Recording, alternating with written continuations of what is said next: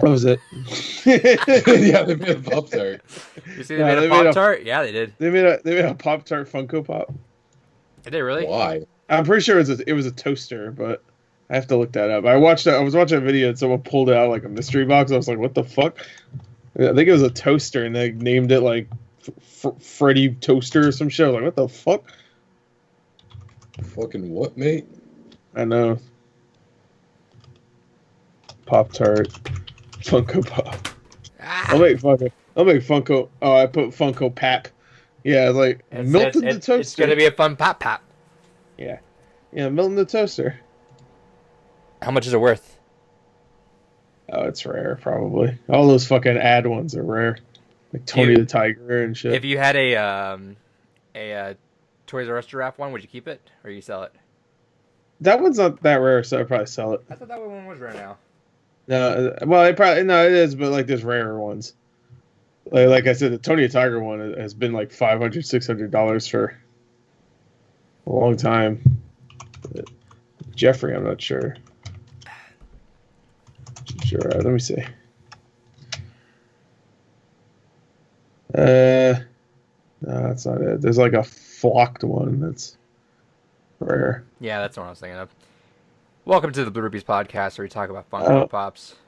hey, what's up? How you doing? Did you know they What made a up? Funko Pop? No, they made a Pop Tart. Okay. Yeah, I guess the flocked one. Wait, no, that's the flock. All right, someone's trying to sell it for 7,000.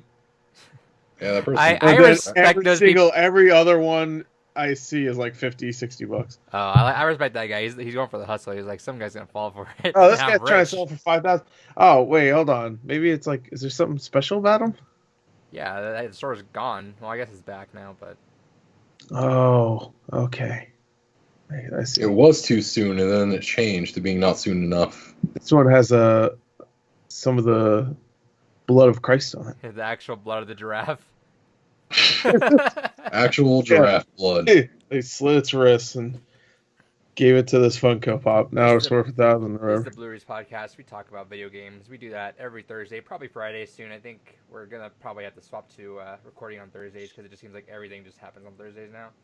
Like it Yeah. already seemed like that to begin Well- with, but it's looking a lot more like it. Plus, it's kind of Yeah, nice to have a but Friday are we podcast. really? Are we really going to talk about the No, Thursday thing? Well, no, we're not. That's why we're recording right now. But, I know, but would we really talk about it for too long anyway? no, but No, Be that'd be like, a quick little. I feel like Oh, some sick sort of footy, and then it'll be some it. sort of breaking news happens that Wednesday. But also I think when I think about it more, I think having a Friday posted podcast is nice for the weekend. You know, because they're pretty Yeah. beefy podcasts, so that's something cool to listen to on the weekend. So we'll Yeah. probably we might be doing that soon. No promises, but we'll probably end up doing that. No problem. Play your cards right. You Yeah, can play find your- this podcast on Apple iTunes. You can find it on Stitcher, I think now. I believe we did it on Google Podcasts now, and Grindr. Spotify. It's on Grinder, Grinder, Pornhub. Pornhub, Spank I mean, Bank. we could start putting it on Pornhub. Yeah. They don't give a Good. shit. We could. Yeah, do the trivia I've section. seen full do, movies on do Pornhub. the trivia section. Fat guy fucks other Yeah. fat guy over. Yeah, so you can do that there. We subscribe to our podcast on there. The audio podcasts go up alongside these on Captivate.fm. I stream now. I do for sure on Tuesdays, Saturdays, and Sundays. We're trying to do the podcast live. We did a test run last week. I was going to do it this weekend, but if we swap around the days, I don't want to make something like solid and then swap around the days. Plus, I need to fix a couple things on it. But it went all right last time. Everything worked out pretty well, so we'll probably end up doing that. I think Gore's gonna start streaming now because I think that summer Game Fest thing is happening more I've been often. streaming. So Gore's doing Yeah. that. So check I out those streamed the streams. Xbox, the Inside Xbox thing. Yeah, So, that too. So I did that. especially this summer, if Jeff Keighley's kind of going in with all those sort of reveals, I think we'll probably do those pretty often. Which we will talk about at the end of this podcast. We'll talk about in the new section the 2 debuts that we had this week. Games Gone By schedule. Today we're doing Brothers: A Tale of Two Sons. Yes. In 2 weeks, we will have Chrono Trigger on May 28th. Hell yeah. Which, again, if we do bump the days back, just bump these days back by 1 day. June 25th is Nier Automata. July 30th, Shadow of the Colossus. August 27th, Shin Megami Tensei 3 Nocturne. And then from then, we'll probably do a fan requested big game, and then maybe shuffle around the order and see what we're doing with that. We gotta figure out logistics of what we're doing exactly, but that's kind of the tentative plan. Anything else that we're missing? I don't think so. Nope. No. All right, start it up then, Dave. What you been playing? So I've been playing Totally Reliable Delivery Service with a couple buddies of I thought mine. you were gonna say alone. That'd be funnier to me. So I'm still enjoying the game. It's really fun to just kind of fuck around in, get a few missions done, and call it a day. Fun co-op experience there. Did people dive tackle you like Gore does whenever you're trying to do a task? Yeah. You see a body Oh, We just yeah. spent flying a good at you. like 5 minutes all just doing that. I swear, well, it'll be like that's the only fun part of the game. I see just a small speck in the sky, and I hear Gore, "I'm coming," and then I'm coming. it was fun. No, I that's had a what- lot of fun with that game. Yeah, no, I have a lot of fun with it. We got to explore some of the areas we hadn't gone to yet. We got to like Tornado Alley, which was a nightmare because as you're trying to do some of the deliveries, there's this fucking tornado that just always keeps coming by to fuck with you. We found NASA, so we got to play around with space rocket shit. We found NASA. We went to Mars. Yeah, We found the NASA. Kerbals. Yeah. Found water on Mars. No big deal. But yeah, no, had fun with that. Other than that, we played Hey, Marvel vs. Capcom Infinite. Yeah, we did Marvel's Capcom Infinite. Shout outs to the clips. Go check out twitch.tv/depunked. You can find clips of having fun with Marvel's Capcom Infinite. David does indeed have fun with it. He does have fun. He does refuse to admit it, but he got caught giggling and having a good time. So, shout out to that. We're gonna play that again. Giggling Gus over. He's just mad that he lost at a Marvel's Capcom game against me. No. Wait, David lost? Yeah, we went to first to 10, and I beat him 7 or 8 Wow. to 10. Wow. Wait, what? 8 to 10? Well, he had 8, I had 10. He only won 2? No, I won 8. He won 10. It was first to 10. Oh, okay. I thought David you had lost, 10 that's the thing, I thought you had 10 matches and you won 8 and you won 2. No. Yikes. So that was fun though. I had a good time. Yeah. You also played Brothers. You would when you win 8 times and he loses twice or wins twice. He lost. How All that embarrassing. matters. Yeah. I mean, it's I'm basically what happened to rewriting Skullgirls. Says Adrian, what was it, like 32-3 for you? Yeah, but you have history with those games, dude. There. But, no, yeah. Wow, played he beat Brothers. you 32 times, David? No, I that's beat him sucks. 32 times. And what? Skullgirls. That makes sense. I still don't understand tag systems, but apparently Marvel's Capcom Infinite just really clicked with me, and I was able to do a bunch of tag combos. I think it's because it's the active tag. I think because you're more directly controlling it, it just kind of felt more like how Tekken's was. Or I'm good. Possibly. Alright. Yeah, I played Brothers. Just did that in one little sit-down session. We'll go into my thoughts later. Will it be another game that I say I hate right up until I reveal that I actually liked it, or do I genuinely hate it? Find out later. If you genuinely hate it, then you're a fucking moron. But it's just straight up. There's no excuse for as it. the creator would say to you, Yeah, fuck the Oscars or fuck the David. fuck the David. And then other than that, been playing a shit ton of Persona 5 Royal. Where are you? I'm finished the fourth palace. Okay. Yeah. So you finished Yeah, the bullshit one. Yeah, I don't think it's that bad. That's a terrible boss fight. No, wait, no, you're not. Never mind. No, because I think you're thinking No, of the fifth one. Yeah, it's one of it's the never mind. You're not there yet. Yeah. You'll know when you're No, there. I'll be there. Yeah, no, I think that's the next palace if it's what I'm thinking of. But yeah, I'm almost to the next month segment, which follows along with that palace. But yeah, no, really enjoying a lot of the changes in the game. I really like what they do with Akechi's storyline in this one. So much better. It is so much better.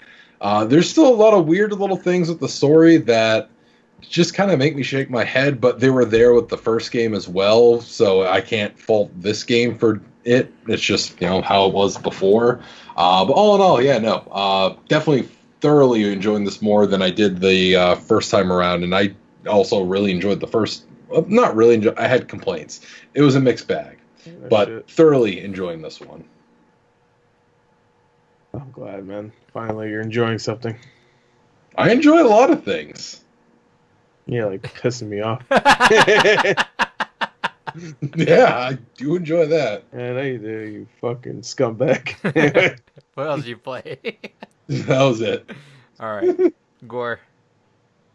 How's Persona? I didn't play too much. Oh, Persona's great. I'll tell you the next 2 years when I play it. But no, I play more Trials of Mana. I think I'm done with that game. That sucks. As in, like, you beat it, or No, as in, I think I'm having just done. fun? I'm done playing it. I'm 12 hours in, but at this point, I gotta play Chrono Trigger. So I abandoned it a few days ago, and I just started playing Chrono Trigger. Play Xenoblade? Or are you gonna hold off on that too? Cause... Well, Xenoblade's at the end of the month, so I'll be done with Chrono Trigger most likely. And Trials of Mana, I probably won't go back to. There's no Trials of Mana is fun, but there's like no fucking story in that game. There is, but there's not really. It's simple. I can't tell if you sound. It's an SNES game, huh? I can't tell. No, I just woke up like 10 minutes ago. All right. I took a nap before this, and I was Did just you like, gotta go to bed with that reveal? No, I woke up at 6 o'clock in the morning today, so I was tired, so I went to bed. Anyway, like I was fucking saying, what was I saying? You say Trials of Mana sucks. No, it doesn't suck. It's fun. It's just that there's no real story for me to care, and the characters are kind of lame. The voice acting's terrible, so it's just like one of those things where I'm like, I'd rather just play Chrono Trigger. Is it not even like funny bad voice acting? Oh no, it's funny, Okay. but like, I'm 12 hours in, so I'm already done with it. Like, all right, cool. It's funny. It's bad. They say their lines terribly. I don't know. I don't know how many more I need to listen for it to, get funny again. But it's all right. It's a fun little game. It's like I think a $50 game. I would wait until it's like 30, which I'm sure it will be. Maybe even 20. Yeah, but it's fun. The Secret of Mana dropped pretty steep. Yeah, but Secret of Mana nobody liked. This one people are actually liking it. Really? So. Yeah, everybody didn't. Nobody liked that remake. That Secret of Mana one, they fucked that game up. Oh, which one was the collection? I'm thinking. The collection was already like $30 anyway, so it dropped. Sure. I have collection. The collection's the one that has Secret of Mana, the Final Fantasy Adventures, which is just one of the Mana games, except they retitled it Final Fantasy because more money, and then Trials of Mana, which was the original, obviously. Right. I'll have to look and see which one I bought. Hopefully. Well, they only had 2 Mana games in the last like 10 years, so it has to be either that or Secret of Mana on PS4. Oh, which one's on the Switch? The collection, right? That's the collection. Okay, yeah. I have that one. Cool. Mm-hmm. I'm glad Mana's back, or Mana, whatever way you say it. If only it was better. Oh, maybe this is the start for like getting a whole brand new one. Maybe. Well, I guess Trials of Mana technically is brand new. It's a just complete remake of the game we never got. So hey, enjoy it because it might be the last one. But we get it at least.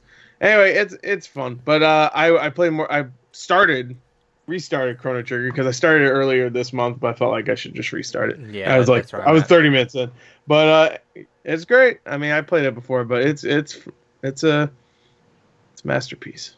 I'm like 7 hours in right now, and it's great. It's definitely not the most challenging RPG, but no, definitely not. I remember as a kid finding it pretty easy too, comparatively to stuff like Final Fantasy VII. The DS version I never played before, so it's cool to see like the animated opening and stuff. Supposedly there's an animated like end scene or whatever. Yeah. That I've heard about that. Yeah, so that's cool. But yeah, so far it's great. The only problem I have is just playing a game on the 3DS again. I don't like to say I have bad eyesight, but even then I kind of squint to read the text on the 3DS. Oh yeah, no, I'm okay with that. The text it's the font I think they use because it's kind of crammed in. Sure. But, also, I think I'm just not used to playing on the 3DS. It's been a while. Yeah, it's just like using the little nubby thumbstick. Yeah, It's and I like don't know. my finger always slips off of it when I'm moving and stuff. So I end up just using the D-pad. Yeah, but I hate where the D-pad's always located on 3DS. It just feels so Yeah, awkward. it feels weird because it feels like you're barely holding the 3DS up because you're like you have like one thumb on like one giant side of Yeah. it's weird, but it's great. I mean, you can move if you want to be look like a dickhead. You can move the character with the stylus. I appreciate Just them do doing that. that, but I'm not gonna do it. Yeah, no, I wouldn't do it either. But you can do it if you want. I mean, a lot of us DS originals had to do that for a lot of games. Yeah, they gave you the little remember the thumb pad thing that they had. Yeah. Well, even that some. Oh yeah, you talk about the second. I think they give it to you in Metroid. You attached to your thumb, and he was able to like you could like drag it around the screen because that's how you looked. Oh, that thing. Yeah, I know Yeah. you're talking about. Yeah, yeah. That shit was stupid, but a lot of people had to like get used to it because a lot of games you could only control it that way, like that Metroid game. Yeah, So that was so it was just weird. like if you play like Dementium, which is the horror series on DS, that's the only Yep. way you can play it. So you're just fucking moving the It's like they had thing. to add the give you the fucking stand for Kid Icarus. Yeah, yeah. That's stupid ass thing. But yeah, anyway, besides that, I don't think I played anything else. Um yeah, no, that's it. Nice. That's it. I finished Final Fantasy VII Remake. I'll so that means our spoiler cast is next week for Oh, remake. Um, and I got convinced to go through the original, but because I am like way anti RPG, like in the mood right now, which kind of sucks. 'Cause I have to go through Chrono Trigger still. I'm like trying to kind of pace myself out, so I'm gonna just get to the part where FF7 remake ends in the yeah. original, which shouldn't be long at all. I'm like halfway there. That's what I Yeah. did Yeah, when I so played. because I wanted to go in kind of just completely blind, but then I also kind of want to. I think we can still offer a good perspective if I go through because I still don't want spoilers of what could happen. Maybe it'll be kind of cool to hear like what is different, and then maybe we could do a part two whenever I do finish that later on because I'm probably gonna Right. have to save that for a while. Um, but yeah, so I did play that. I did say I am very surprised at like how much filler there is in remake. I was never sure. I know people were talking about filler being in that game. I was like, huh. And then now playing it, and then you get Aerith like within the first hour. About about 2 hours, yeah. Yeah, But not to be I, fair, you went through it pretty quickly. Like cause I didn't you were going explore, through huh? text really quick. Oh yeah, I And read also that stuff. you didn't explore at all. I Like felt even when I replayed a couple months ago, I was like, oh, I want to look around. see, I didn't know if I was When you get to Walmart in the original, I think you'll explore a little bit more. okay, because I didn't know if I was supposed to You'll have explore. to actually. Because when I first showed up in Sector 7, I'm sure that was when I was supposed to explore, but Yeah. I didn't actually just not knowing if Yeah. that was the time or not because it doesn't tell. So the red arrows are those where you're supposed to go, and then No, everything that's else. just exit and entry points. Okay, so you're kind of feeling. I got to remember that this is like back then where it wasn't as like streamlined. So I'm Yeah. kind of guessing Back like then they wouldn't tell you exactly where to go for any game, pretty yeah. much. So I was like because when I hit that spot, if you didn't know, I streamed that first half too, or the first part that I was playing. I didn't. If you remember, I was playing. I didn't know if I was like, oh well, I guess I can go this way first because I hate that in RPG games where I'm like, you know, when you take a path and you're like, all right, I'm going down this path, and you're like, oh wait, no, that's the way I'm supposed to go. All right, so then you come back and you go that way because you're like, all right, well, that's the way I go, Oh, so I'm gonna go. Chrono Trigger has that, so Yeah, Yeah. Chrono Trigger has that quite a bit. I think pretty much every JRPG has. Yeah. I feel like any game that has any form of exploration has all those moments where you're just like, I don't know what the fucking right way is. See, I don't want to go the right way because then I'll miss out all the side stuff. that's what I appreciate about remake, where it's like, whenever you do something like, hey, if you do It's this, just one. It's just one. Like you just go that way and that's no, it. no, no, no, it's like, hey, if you do this, you can't come back and you're done. I'm like, cool. Yeah, And then you go and do everything else. As I do opposed- like that. Like in chapter 7 when Tifa and Barra's just like, hey, we saw some what the hell's it called? Materia. You sure you don't want to go back? Yeah, like Like, Yeah. I yeah, appreciate shit. that. Fuck, So fuck, I'm having to re-equip myself with the fact that games don't tell me that. So I'm like, all right, so that's probably the way. So I'm gonna go that way No way. and hope the way I knew. that that's not gonna progress my story because I would have liked to go back and explore that, which I imagine I will have time to go back and do that still. So, but we'll see. Maybe I Yeah. won't. Well, do you go back there? No. Yeah, I don't think so. Oh, well, guess that's done. you don't go back there. If I want, Walmart, you'll have plenty of time at yeah, Walmart. if I like enough, I could just go back and play the first 10 minutes. Walmart, Right in Final Fantasy VII Remake, the amount of shit you have to do back and forth while like Aerith gets dressed and whatnot. That's all I'll say, in case any of that is considered spoilers. Is about, I don't know, maybe like 30% of that is in the original, so you don't have to like do 5 different missions and go to some fucking stupid ass Coliseum and none of that stuff. So. Yeah, but there's still enough time for you to explore and like talk. So. But either way, like I said, if I miss anything, I'm only like 2 hours in, so I can just go back to the beginning and play the beginning. It's not a big deal. It's very weird though. I will say is that. Yeah, I mean you miss stuff, but it's like. Yeah, I'll go back. Maybe it's fine. It's like the shit you'd see in. Yeah, you basically just miss like equipment and whatnot, and even just like random people. The battle stuff is weird. That's it's not. It's like turn based, but timed to turn based. So yeah, Chrono Trigger has the same thing. So. Yeah, I played just the beginning of it. Didn't really do too much. I played like one battle. Like it is the same, and so that threw me off because I've not played like a timed style of that at all. So I got. Yeah, I like the timed ones better. I do like what Chrono Trigger lets you have, and they make it so you can. I think Final Fantasy VII has this also, where you can wait. So whenever, it does. I don't think I switched that when I played a little while ago, but yeah, you can like wait. So if you're like picking a materia to use, or in Chrono Trigger, if you're picking one of your techs, then it'll actually pause, so the enemies aren't building up their attack and fucking destroying you while you formulate a strategy in your brain. Right. I like that better because I want to think about it. But yes, so FF7 does have some like enhancements on the remaster. I almost contemplated using them, but I figure I might as well just try it just the original way you guys did. So yeah. The only thing I wanted to turn off was random encounters, but I'm like, I could probably use this to grind anyway. So yeah, you need to do that to grind. Yeah. I'd recommend just the speed one sometimes, because if you're just like grinding it out, there's a speed one where you just keep fucking. It goes like I think 300% speed, so you can just like get through the grinding quicker. So I'll probably do that some more soon. Other than that, what else did I do? I've been playing a lot of Overwatch the last couple days.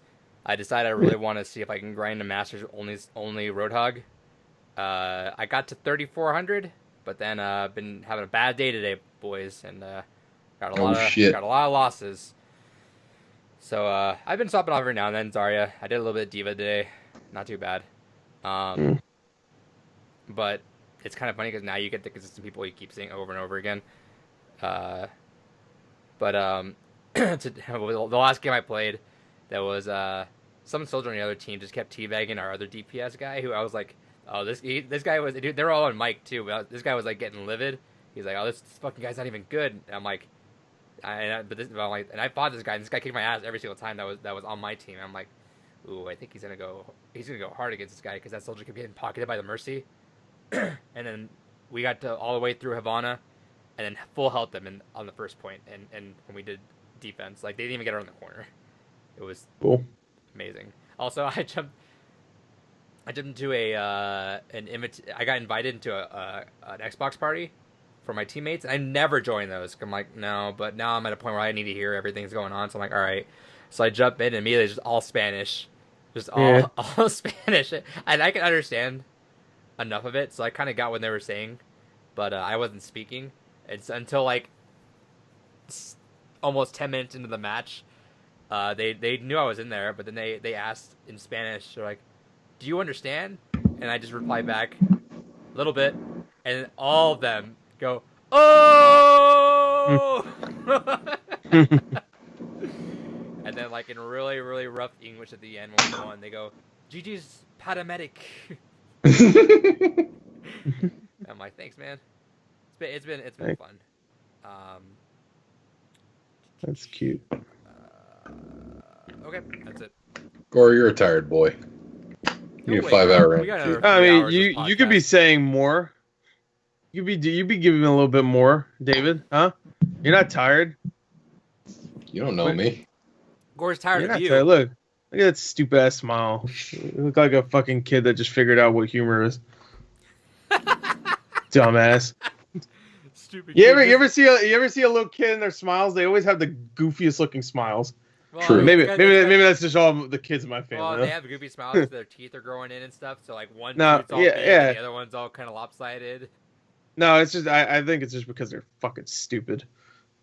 If you're a kid, you're dumb. That's okay. You'll get now smarter. we're good on Copa, baby. Yeah, there you go. Fuck kids. No, don't fuck kids. No, not like that, idiot. I gotta do You gotta that. specify. We're on definitely the internet these days. We're definitely Copa safe now. All right, David, what'd you get? Nothing. All right, Gore, what'd you get? Poor little bitch. No, what you go first? Why do I always have to go like first or second? What the fuck? It's easier Leave me alone. for me to keep track of. Leave me alone. No. You go. No. What? No. Oh, I didn't hear you. Wait, I'm sorry. What was it? Say again. Go. Go to the mic. Go. No, not go. All right, fine. I'll go. Fuck it. All right. Really didn't get anything, David? Yeah. Bitch ass. I'm All waiting right. on So. shit to come in. All right. So I got some Best Buy stuff. Best Buy had a sale a few days ago. Shout out to I Best picked Buy. up this Star of Link $5 set. What? Hell yeah. Yeah. Oh, okay. I thought you had something to say. No, I'm cheering you on. Oh, thanks, man. It's Thanks. really hard to Fight spend this power. money. Yeah, $5. Anyway, I got Far Cry 5, $10. Didn't have it. Going in a collection. Far Cry New Dawn. They had that for $10. Don't have it. Now I do. That's how it works. And Generally. yeah, and I got this Ant-Man steelbook. Ant-Man. $10. So, and I needed to add another $10 to get free shipping. So I said, "Fuck it." Do they have the other Avengers movies on? They had Age of Ultron. That was it. Because they all matched that same art style. The guy that did that. Yeah, they had Age of Ultron. It was the art that one. Yeah, Okay. but that was it. That was the only other one. I don't want Age of Ultron. So, Fair. all right. I got other stuff from. I'm sorry, not Best Buy. I was gonna say Best Buy. No, I got stuff from GameStop, but I haven't gotten anything besides this one thing. They just had this for $10, so I picked up Pokemon Alpha Sapphire. You see that? Afro Samurai. Afro Samurai, Pokemon Afro Samurai. starring Samuel L. Jackman. All right. Speaking of, this is a good fucking. Here, I got J Stars versus. I got that digitally. This is like it was someone was selling on for $3 on OfferUp, so I said fuck it. Oh hell yeah! Terrible game, but for $3, why not? Why not? I picked up a copy of BioShock Infinite. I don't have enough of these, so I said I needed another one. After the apocalypse is gonna be that's the currency for you. Yeah, it's gonna be a currency, just like bottle caps is for Fallout. But no, BioShock Infinite, great game. You might have heard of it. This is the Xbox One copy thing. I like when they do this, when they have the I guess greatest hits and they put it in an Xbox One case. I guess it's only for backwards compatible games. Yeah, and this is sealed. I'm gonna keep it sealed. Some of those are actually hard to find. Some of those Xbox One cased ones. All right. Some of them are. I think there's one of the Grand Theft Auto ones is pretty hard to find. Next, Tales of Vesperia, a game we could have played on July, but God, I would fucking hate so much everything right now if I had to. You're welcome, Adrian. I would have hate so much everything. Everything. I heard this is a fun game. No, though. I It's want not to play it. challenging. It's an action RPG. So I want to play it, but between having done Persona, FF7, FF7 Original, Xenoblade, Chrono Trigger, fucking Tales, and Nocturne, I would not play RPGs for the next 4 years. yeah, but look at all these cute characters. Fuck them. What? That's the idea. This one right here is voiced by Troy Baker. I had to explain to David that I can't play the same genre of game over and over again and be happy. Whatever, baby. You want your little fucking rattle in your bottle? Yeah, I want to play Shadow of the Colossus. Bitch. That's what I want to do. Go play it then. Anyway, I got speaking of PS4 games, I got this nice ass Death Stranding soundtrack. Ooh, how much was that? Nice. $45. Oh, Mondo, you baby. You guys know about this because I have no PlayStation knowledge. They put out a vinyl of Vib Ribbon.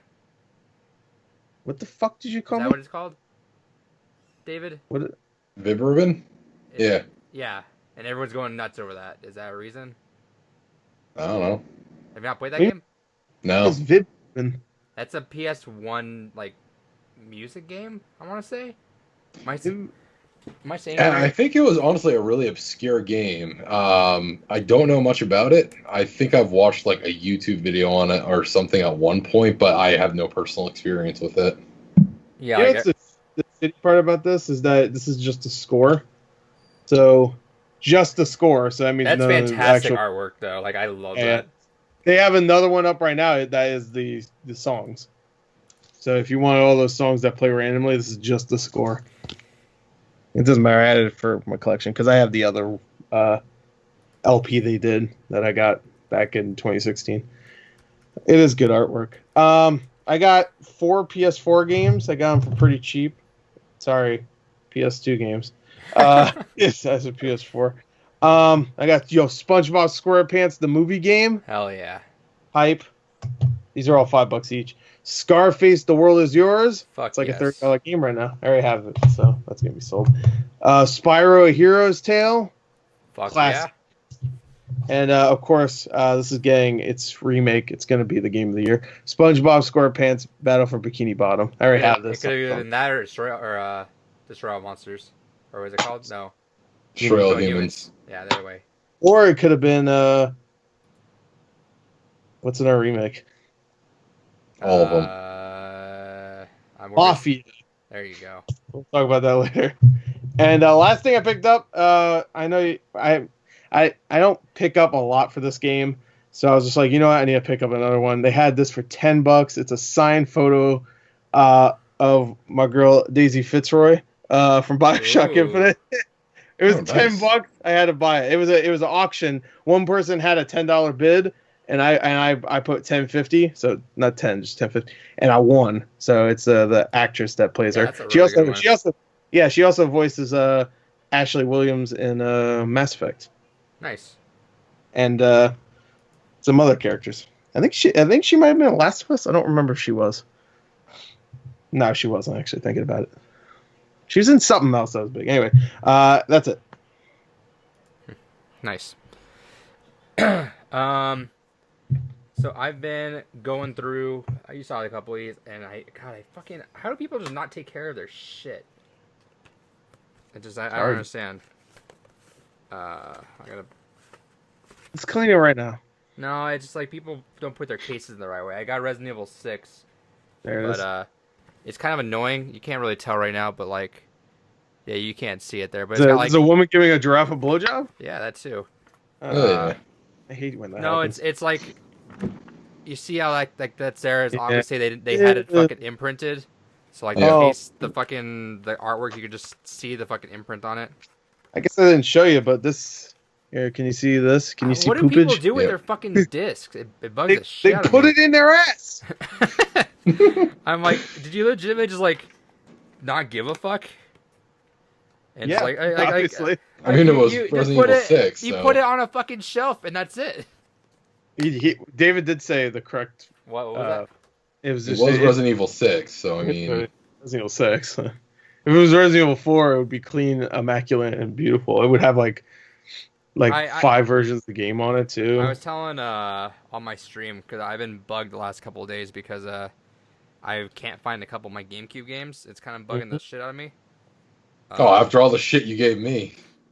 Well, no, I said I felt bad for you. What are you talking about? That was Gore. That was like. Oh, it was Gore. Never mind. I'm sorry. I haven't lost a single thing, so Oh, you wouldn't know for like years. I actually gained a couple of games. Weird, like a Fire Emblem game. Yeah, Weird. Some Shimigami trash. I don't know where that came from. I can't find a couple of the Pokemon XD, Coliseum, and Fire Emblem. And Fire Emblem being the shit. big boy Fire one. Emblem sucks. Yeah, that's a big $200 fucking game. purchase right there. Yeah, and I'm like, if someone stole it, they would have had to like know that Fire Emblem is like. Well, I think every Fire Emblem game is worth money. No, but like you'd have to know if you took like, because I had other because there was like a point where I had like a bunch of GameCube games just stacked around there.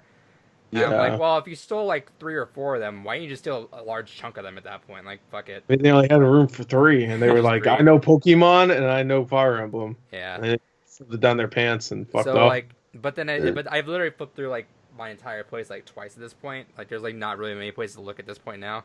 So I just don't think they're here. But I'm still kind of confused. I'm like, why would it be those 3? But that's been bugging me. So I hope they're around here. That'd be nice. Because if it's not, then I'm just gonna be kind of like paranoid of like I just have bad anxiety on people stealing shit because I'm like, well, now I don't know what to trust and what to have out here. So, hey, don't fucking trust anyone. Trust no bitch. They're all fucking guilty. That's to live by. Yeah, so that's kind of bugging me. So I hope I can find that. Ever since I had my Soul Calibur 2 and Red Dead Revolver stolen from somebody I thought was my fucking friend, I've been like, hey, you empty those pockets before you leave this place, or I'm gonna put a knife in your chest. I don't say that. That reminds me of the what was it? That that meme of the kid. Make sure you watch your own back, and it's got the himself. Don't trust anybody, even if it's yourself. Yeah. It's just a gun pointing at himself. It's a classic. Yeah. God damn it! I hate when people just don't take care of their shit. Let's see. I got more stuff. I got a lot of stuff coming. Coming from the guy that lost 3 games. Yeah, but at least whoever has those 3 games, they are good looking fucking games. They're fucked up though.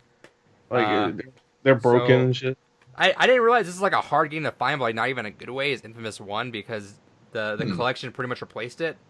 Right. So like having to actually, I was scouring eBay looking for this like anywhere, and I could not find it. And then I went to the game shop because I was picking up an Xbox HDMI adapter. I'm like, do you have Infamous? Oh yeah, $1. I'm like, cool, I'll take it.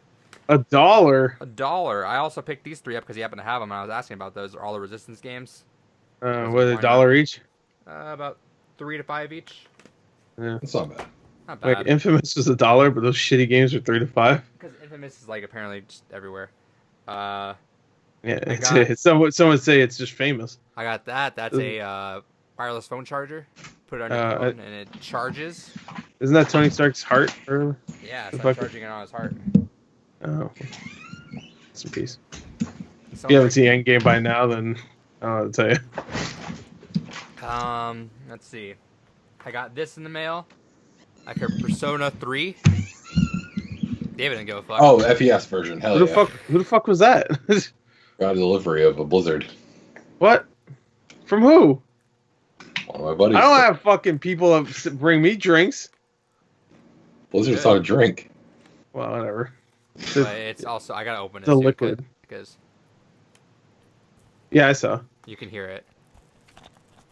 Oh, I was like, what are you doing? Yeah, I got it. Doing some like fucking. The noise isn't loud enough. But I got Persona 3. That's neat. We talked about this last week. That's neat. We talked about this last week, and I was talking to you guys about this, but I haven't talked about it on a podcast yet. Is that Silent Hill is hard as fuck to collect for? Yeah. I'm just trying to play these Silent Hill games. So I heard my friend say, "Hey, this is a fun series. You'd like it." I'm like, "Cool. I can buy those digitally, right?" And nope. Wait, who told you they're fun? He said it's a fun, good time, and the family hangs out. And those are great games. I would not consider. No, them fun. I know you know what I mean. But terrifying. All I wanted to do is play some Silent Hill, but apparently that's just Konami doesn't give a fuck about me wanting to play that. Oh, what? Konami doesn't care? Well, they put the Legacy Collection out on PS3, so I mean, the Legacy Collection of what? Metal Gear. Oh yeah. Well, you know what? Metal Gear makes sense because that probably makes a lot of money for them. Mega Gear. Well, Metal Gear makes sense because it makes a lot of money for them. I bet Silent Hill just didn't make money. If they made like a Silent Hill Legacy Collection, I feel like that'd sell pretty well on PS4 or Xbox. Oh, now it would for sure. Back then, when like the HD collection came out, I don't think so. But yeah, so like the last week, I've been just scavenging eBay, just like newly listed, just always like refreshing it a couple times a day. So I got this in the mail. I settled for this for now. Okay. Silent Hill 2, which I hear is the better version. That's the one I have. Is the better one. Better version, cheaper version. Whatever. It's on Xbox. That means it's graphically better. And it has extra shit in it too. Yeah. But apparently, I was gonna get it because David, when I was talking to David, he's like, we were checking. He was like, "Oh, it's backward compatible." I didn't look into it. I was like, "Cool," so I bought it, and then I looked into it afterwards, and everyone's like, "Oh, it's trash," and I'm like, pretty much every backwards compatible Xbox 360 game is trash. Yeah, I don't remember a lot. I haven't heard a single one being actually like better or even. Jade Empire ran fine. Did it? Okay, I've never heard. None of them were better, but there was always like an issue with some of them. I remember even Halo 2, they had to take out a whole map because they had to take out backwash because the fog just didn't work. Right. KOTOR, I played that one. It had huge frame rate issues. To the point where if you saved, it would like take like 30 seconds for it to save. I remember I was like, this is weird. Jesus. And I had one problem where it deleted my save too, but I think that was just my Xbox problem. Nice. I'm pretty sure that was just my Xbox's problem. I don't think that was because it was a backwards compatible game. But even, like Indigo Prophecy ran poorly too. But I heard Stubbs the Zombie doesn't run all that great. that sucks. I'm excited to play Subs Zombie. I didn't know how rare that game got. Yeah, it's like $100 game right now. Yeah. We were going through and doing like our whole collections, which we will do sometime next month. We're gonna do a kind of like a show and tell of some of the more valuable things we have in it. Hopefully, if I can fire them by then, that'll be a nice thing to show off. That might be my most rare game at this point, but Yeah. But I have a lot of eBay stuff coming in soon. There's one that I spent a lot of money on, and you'll find out why. I'm gonna try to pull Playboy the Mansion the game. I'm trying to pull a gore where I bought a set of things in hopes that I can flip a lot of it to essentially get what I want for nothing. Okay. So we'll see how that works. Maybe it's possible. We'll see. Okay. I play my own cards right because I think I get it on a Friday, so I'll have it next week. Play your own cards right. But yeah, I've been doing that. Mercury, OfferUp, Facebook Marketplace, and eBay. Just been F5ing for a bunch of shit that I've been wanting lately. What else? Did I get anything digitally? I don't think I got anything digitally. Doesn't matter. We're going to trivia. All right. So, who won last week? Me, of course. But I also left first, so. Okay, so David's won one since, and then Gore, you've won. Felt like 8. So right now the score is Gore 5, David 2. Yeah, David will win. He'll win this one. Okay, so Gore, since you won, you get the coin flip. Let me get that out. Okay. Okay. We're gonna start this up. Heads or tails? Heads. Always go for heads. Hell yeah. I win. Okay, first or second? I'm first. All right, David. Well, it's Enjoy good because he gets to eat his blizzard off camera, so we don't need to watch it go over his fucking face anymore. I want someone to like skip through the podcast just progressively more and more just all over again. He looks like the tar monster from Scooby Doo. What the fuck? Actually, I didn't even need to kick him out, but I just wanted to because it's fun. He's just look at him. It looks like he's in like detention right now. It looks like he's mad at us. Yeah. All right. So this one's gonna be a short and sweet one. All right. Okay. Last week I had you guys guess your top 5 games of last year, or at least if you remembered them. This week, I want you guys to each guess what your top 5 most played Overwatch heroes are, and bonus point if you get the hours they spent on each character right. Which I'll give you the one with the most hours. That way you know where the cap is at and to go down from there. So I have to remember his. So you're gonna tell me his top 5. His top 5? I don't know his. Yeah. How the fuck am I gonna know his? I don't know. Just gotta remember what he plays. Gotta think about what he plays. On Xbox? Yeah. Oh. All right. And then his most played hero has 19 hours on it. Okay. So I remember my top 5. He's not gonna get mine. He might get my number 1. So I mean, fine. Whatever works. So I'm gonna give you a point if it's on there. I'm gonna give you an extra point if it's in the right spot. Right. And then an extra on top of that if you have like the hours. Okay. So remember, his top hero is 19 hours played. Okay. So let me get your guesses ready. Whenever you're ready. Pretty sure. All right. Number 1 is Orisa. That's 19 hours. Okay. That's gotta be. It's gotta be. Number 2, I'd say is some healer. I'd say Moira. Okay. How many hours? I'd say 12 hours. I guess. I don't know. Okay. Number 3, he doesn't play damage like ever, so it's definitely not gonna be a damage character. I'd say another shield. Who does he play?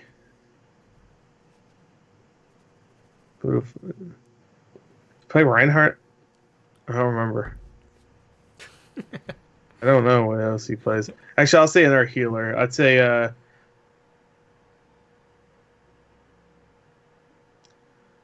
I don't know. Mercy? Does he play Mercy? I don't think so. Baptiste? No.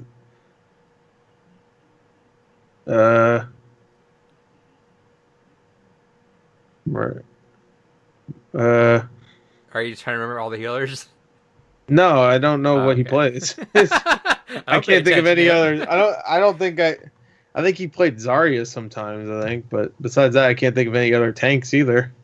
I guess Reinhardt, but I don't remember if he played Reinhardt. I know he plays a lot of Orisa. Every time we're playing with him, and he's a tank, he's Orisa. Does he play Sigma? I don't know. I don't pay attention to him. I don't care. I like how you Normally, play I healers sometimes. don't You're like, I care. don't care about it. Yeah. Even if I'm not a healer, I don't really give a shit. I know I'm not gonna get heals, so it doesn't matter. I'll say Baptiste is number 3. I think he played Baptiste. Okay, and how I many think that's, hours? I don't know, 8. Okay. Now No, he you're hasn't number played 4 that hero. much with us. Number 4, does he play Roadhog? I don't know.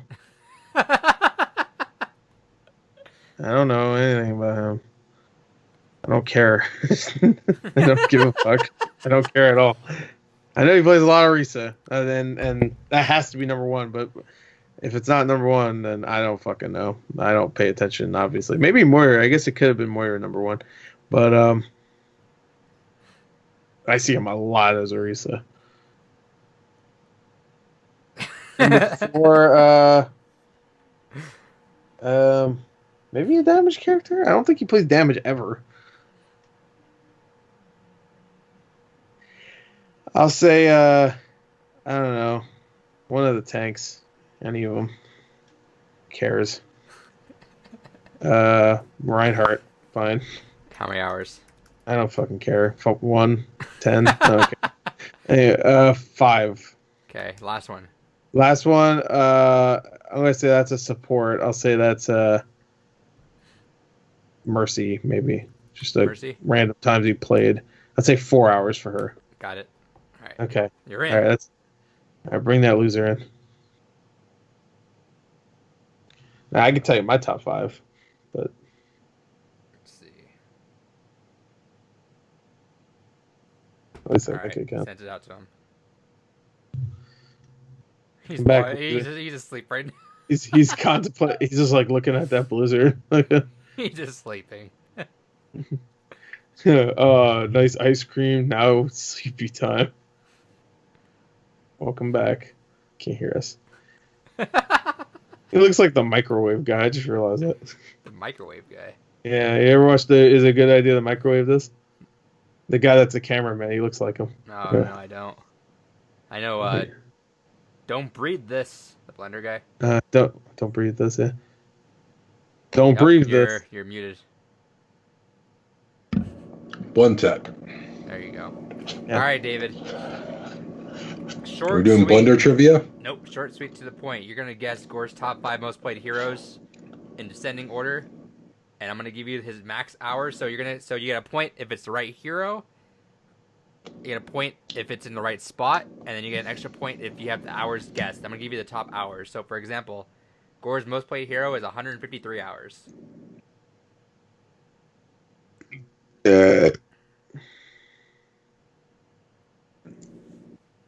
I don't know. I'll fucking pay attention. Oh. I'm just trying to think of, because you guys have been playing for a long ass fucking time. Yeah.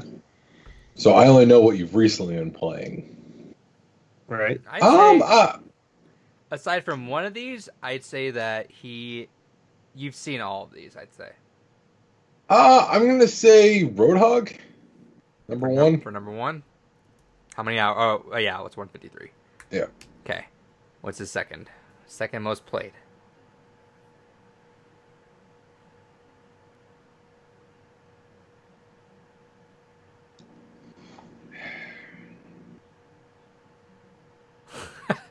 Intimidating. Whatever he's thinking.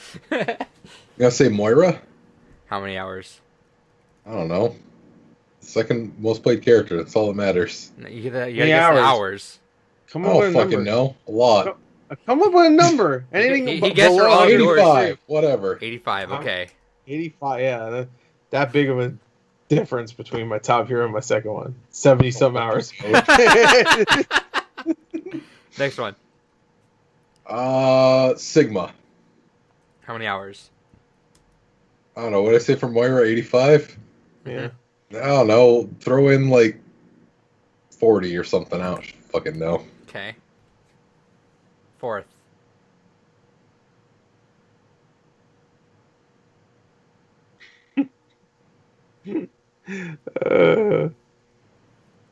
I know you've made a comment recently of like, I've barely ever touched this character, and now they're like in my top 5 most used. But I would think that would be for your number 5 spot.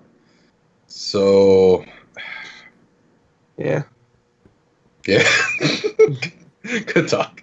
Yeah. I'm not gonna tell you what it is, but yeah, I did say that. So for number 4, I'm gonna say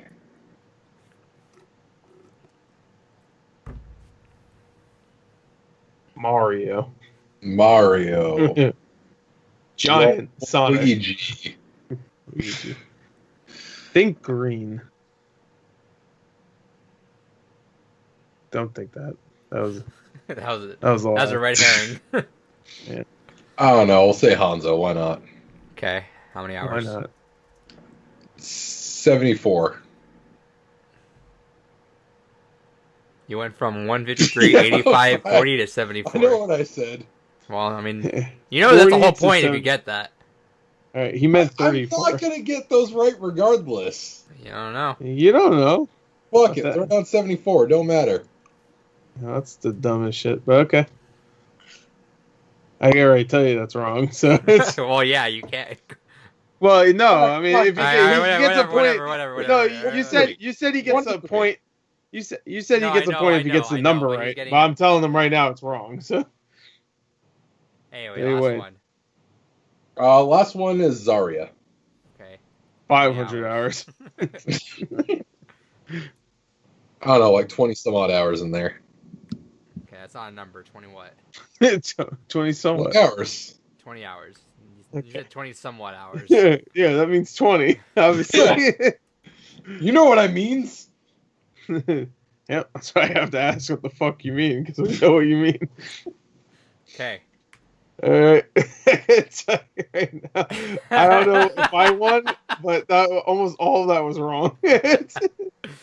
So anyway, there was like 2 right ones. So not in the right places, but yeah. So in terms of getting how many you got in his top 5, David, 2 of the heroes you listed were in Gore's top 5, both those being Moira and Hanzo.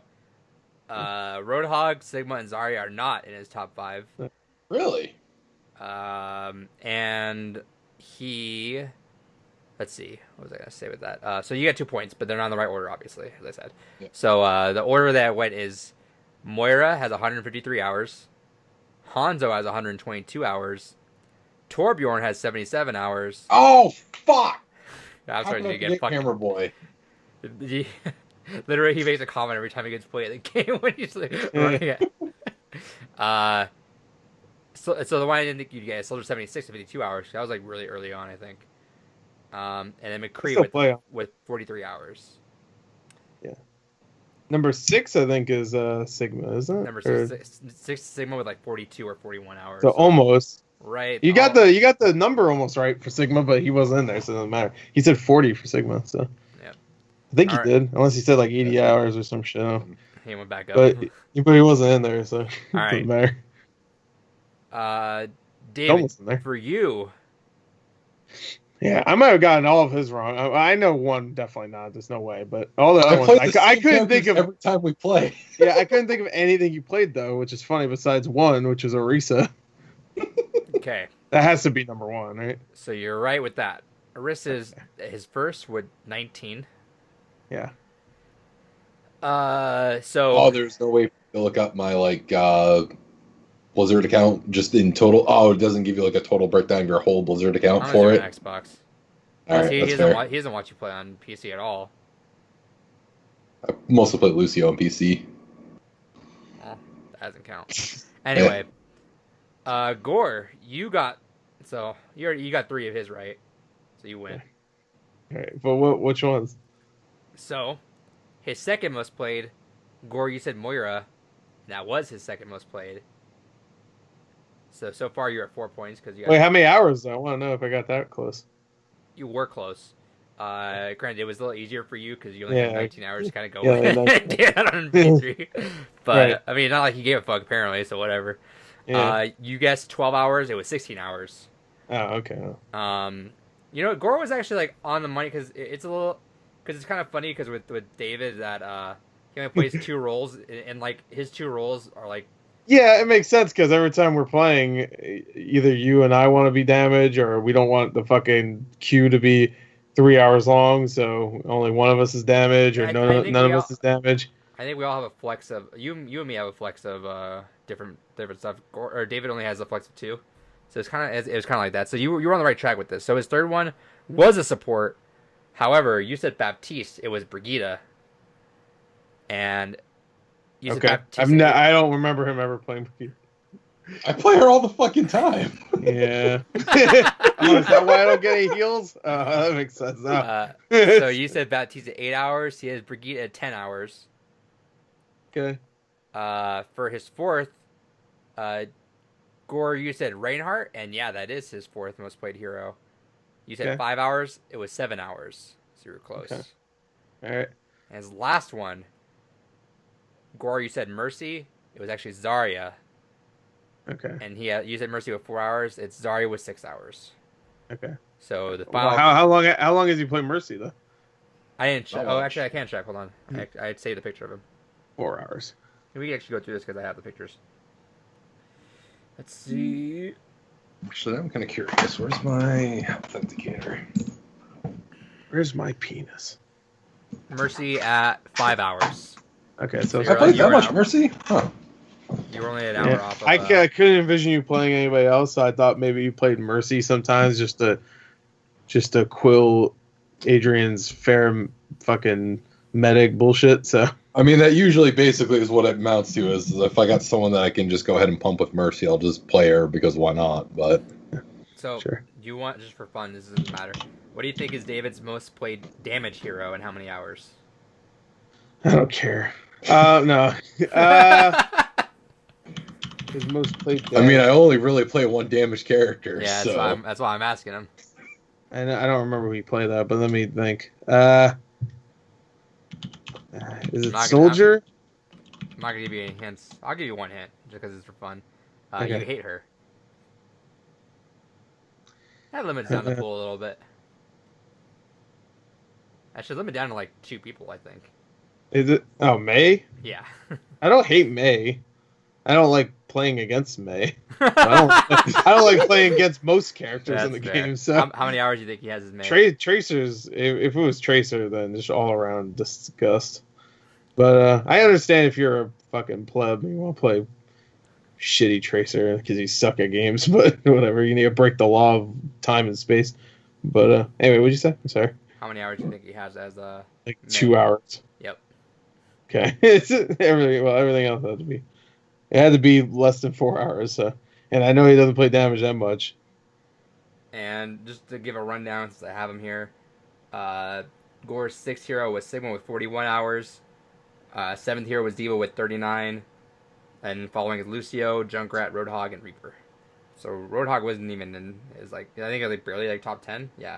That was his most played hero. Just recently. He doesn't really play Hog too much. I do whenever tank. Alright. It's either Sigma or Roadhog. Those are my 2 now. Roadhog's fun because you can just live. It's nice. Alright. Then I just remember some of your funniest moments being on Roadhog, so I was like, you must play him a lot. Some of my funniest moments. Yeah. The whole reason why I say, give me you now. Oh, yeah. I always say, give me you. So, unfortunately, this season of trivia is already off to a bad start. Gore, you're at 6 points. No, it's off to the same start as always. No. Well, no, actually, it was really close in the beginning. That's true. We were back and forth before. Well, no, you know what that means? It started off not close this time, but then it'll get closer. And you're giving him too much later on. Well, maybe we should give him like a particular. Like Overwatch is, I guess, for both of us, but it's more for me. So maybe next game give him like If David some tried, but David some even weird tried. JRPG. Again, I mean, to be fair with that one, I literally only played the same fucking characters. About it, I only remembered I knew two. Gore wouldn't pay attention really though. Moira and Orisa, those are the only two I know you definitely played. And I And feel like, Orisa definitely I knew was number one because every time we were playing, you're Orisa. and yeah, and you're the only person that likes playing Orisa. And I know Moira definitely because you always get those weird ass play of the games. So Or it's always, So- I don't know what I did. I don't know what the fuck I did. And then you watch, he's just like, shit. Look off in the direction. Oh yeah, I need to do something. What's over here? Yeah, you're literally the only person that likes playing Orisa. No, I actually kind of like her now, but I rather play the other two tanks. I mean, yeah, because I'd rather I'm play used every to, other I'm used to Sigma with his shield, even though his fucking 1 second cooldown sucks. And Roadhog I like better. So, but if for some reason both of those were banned, or one of them was banned, and somebody else took the other guy I like, then I'd do Orisa. Roadhog's I like fun. Zarya. I like Zarya too, but Orisa I would like to get better with. Zarya's fun too. I'm glad I you, know, I it's know you fun. got to a little thing with Zarya like 2-3 months ago when we started playing. You Yeah. started playing Zarya for a little bit, and you're like, Yeah, it's one of those things where you have to really get you have to really focus used on to who's- playing tanks. Yeah, No, you just have to get used to playing tanks because if you want to actually play the fucking game, you have to be either a tank or a that's why I've support. gotten so many games that So- be competitive because it's sub 2 minutes for a queue for tanks. I'm like, all right, cool, just hop right back in. Yeah, that's why I need to really focus on getting my rank up on tank, but I don't feel like dropping from my rank. The So, problem is solo queue. and tank, I know I'm just gonna keep finding fucking stupid teams. So also solo queue tank is the worst to play yeah, because if one of you guys does not play shields, aka me, Yeah. and the other guy doesn't too, then you're just fucked. You just lose. yeah Unless you guys are like vastly better than the other team, you will lose. yeah. And I kind of feel bad. I'm like, hey, and you know what's good though is so far no one's complained about me. Everyone just complains about everyone else, and I'm just like, Yeah. you know that meme where it has I forget who it's the puppet that like that's looking this way and he has like his eyes like looking to the side right there, like they're not talking about me, and they're just, like all Okay. bitching at each other. I'm just chilling. I'm like, I'm good, dude. I'm good. No one complained about me. Don't bring me up. Oh, you know what?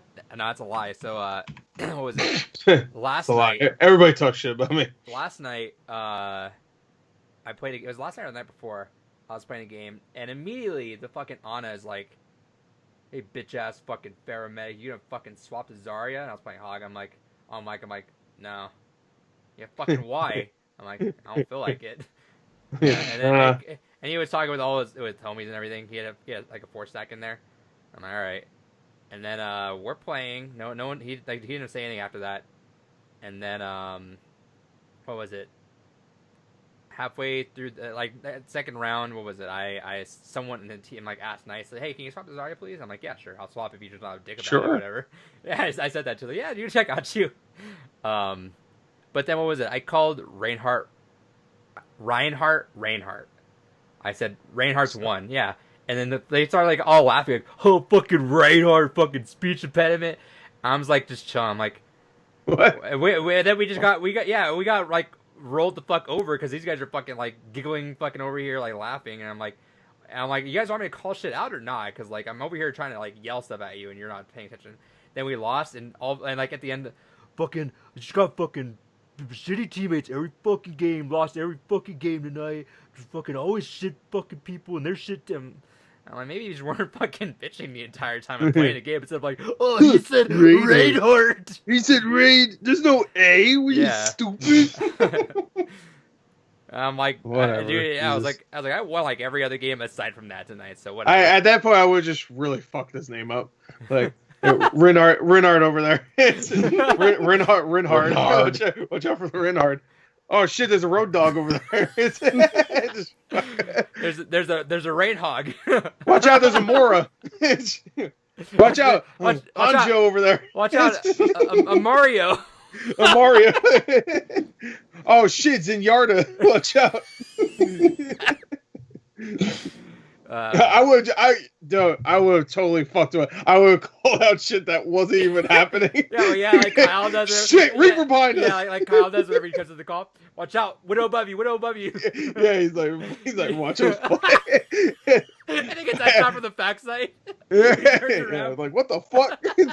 You said behind me, well, now it's behind you because you look backwards. Yeah. Oh, you even say shit that obviously can't happen. Like, oh shit, a widow, a reaper, and a soldier behind you. You're like, what? If you said that 1 second earlier, I would spit out my drink. Even though there's like 6 people in front of them, you're like, what the fuck are you talking about? Symmetra's shield generator. It's around the corner. What? That was like 2 years ago. Watch out, Torbjorn's going loco over there. It's like, what? Yeah.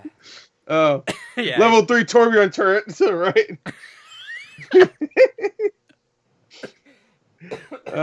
Yeah, I forgot I haven't reinstalled my Blizzard launcher since setting up my new computer. So I'm quickly getting Overwatch installed because I am genuinely curious what my top played heroes on PC are. So that's where I have my most time still.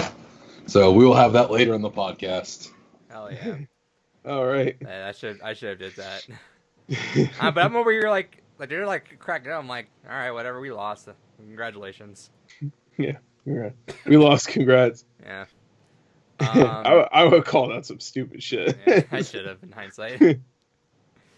All right, let's go to news. All right, news. All right. News. Or whatever. And everywhere, it's gonna be hot. It's gonna be hot. And then it's already been like fucking 65 to 70 degrees around here. Like, it's gross. I was gonna make a David takes his shirt off, but then he started talking about the fucking weather. Actually talking about the weather. Remember when David took off the one button and started making that noise? Like, no, hold on, I gotta actually be professional and put the button up. You should do like some Cholo shit and just have like just one button. Like have an entire buttoned up thing, but just have one button on. No, like all, but you have to have a shirt that's like completely buttoned, like all the way down. But yeah, have just Look, David. That's pretty Cholo. You have to have a white shirt on underneath too. All right. Anyway, news. The first story up is Tony Hawk Pro Skater 1 and 2. 1 plus 2 equals 3. So Tony Hawk Pro Skater 3, technically, I guess. Yeah. Actually 4, because there's a... No, that's not how math works. No, that's not how math works. No. So, yeah, so we got this confirmed as a remaster, they're calling it, but it's not a remaster. It's like... It's a remake. It's essentially a remake. Cause I hate when they say that, because like they called Shadow of the Colossus a remaster. I'm like, that's a remake, bro. Like a remaster, I consider like I guess Last of Us was a remaster. Yeah, just polish it up and throw it back out. You do nothing else to it. Just polish it a little. Because Shadow of Colossus, is it like mechanically similar though, or did they fix it up too? It is, but that game, no, I think it is pretty much mechanically the same. But like when it comes to like graphically, like usually when a remaster, you take a thing and you just like spruce it up, put it in like a higher resolution. Maybe fix some weird things that were in the visuals, but most of the time they don't change anything. Because it's a Crash remake too. Cause I know that. Yeah, that is a remake. I don't understand why they call that a remaster. So we talked about this last week too. As because again, Scott the Waz did a video on it. Remaster is you're sprucing up the exact game and it just looks better. But it's like not touch. You're just shining it up. It's the same code too. Remake, like they take the same source code and see. This is where it gets tricky because remake should be where they're just like graphically overhauling it, but it's still the same game. They're just remaking that part. But then it's like, how do you differentiate that from a remake like RE2 and 3 and Final Fantasy 7? Those are like true. Remakes. That's when you call them remake. Yeah, I ended up watching that. That was actually a pretty good video. Yeah, so those are remakes, but those are like completely different games. But yeah, so anyway, so the mechanics are getting spruced up. There is stuff from the later Tony Hawk games added into this, like the revert. Yeah. And some characters, I believe, and some moves. Oh, are they gonna bring back my favorite feature in Pro Skater 5, where you just slam on the ground for some reason? Nope. Did anybody play Pro Skater 5? I did remember that. Yeah, I figured they got Pro Skater 5. Right?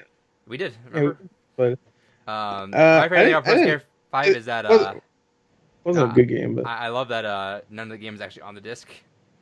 The disc is only a key, so you have to actually download the physical game. To download all of that goodness, that PS2. Dude, I'm so fucking sick of that shit. Why even bother with the disc?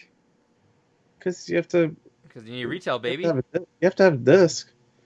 You're gonna want this. You know, there's so many games out there now that just throw in a fucking download code in the fucking box. Just fucking do that at that point and save yourself the money on the fucking disc printing. This guy's talking crazy. He doesn't understand I thought retail. this guy was a collector and he wanted actual stuff, but Yeah, he just wants download I'm a codes. collector of physical because I slapped the bitch in and there's the game. Oh, you can't. If I still gotta fucking download the goddamn First of all- game, even though I throw the disc in, what the fuck's the point? Well, to be fair, there's day one downloads like with every game you have these days, so that's barely a point. Yeah, but like this one was a little. Yeah, No, but I know. there's still the option to go and play the fucking base game if I wanted cool. to. Day one download. Okay, that's a 17 gigabyte download.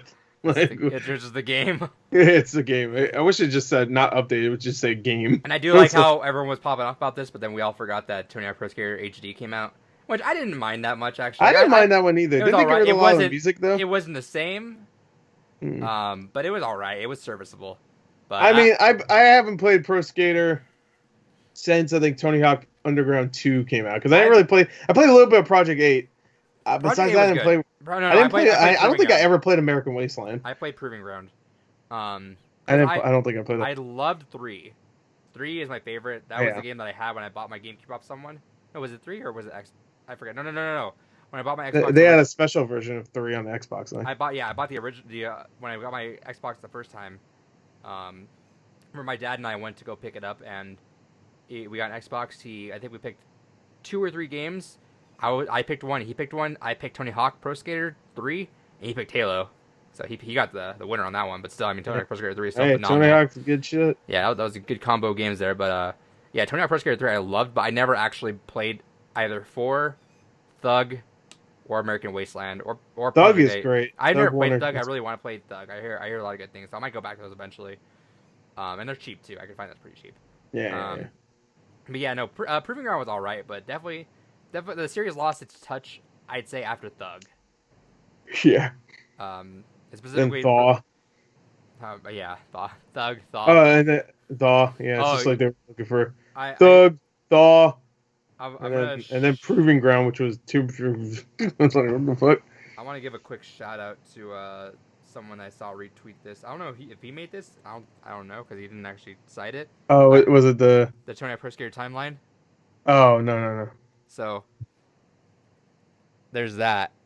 Okay, there you go. Tony Hawk's Pro Skater timeline. Then you got then Pro Skater 5. What does that say for Pro Skater 5? I can't read it. Bullshit universe. I'll put maybe we'll see. I'll put the picture in. You can look it up. Tony Hawk Pro Skater fucking timeline. No, it didn't have any retweets or anything, so that's what I'm saying. So it has 1, 2, 3, and 4 all together, and then it does like the Zelda timeline thing, where Tony Hawk Pro Skater 5 is if Tony never met Bam. Yeah, I think I've seen that timeline Yeah, was before. it? Okay, so I probably did. You Then never met Bam and it would make and Tony Hawk meets Bam, it goes to Underground. And then Underground's where Tony and Bam duel for supremacy. If Bam wins, it goes to Thug 2, Tony Hawk Ride, Tony Hawk Shred, and then Tony uses time travel and attempt to fix the past, creating the Never Meets Bam timeline in Tony Hawk Pro Skater HD.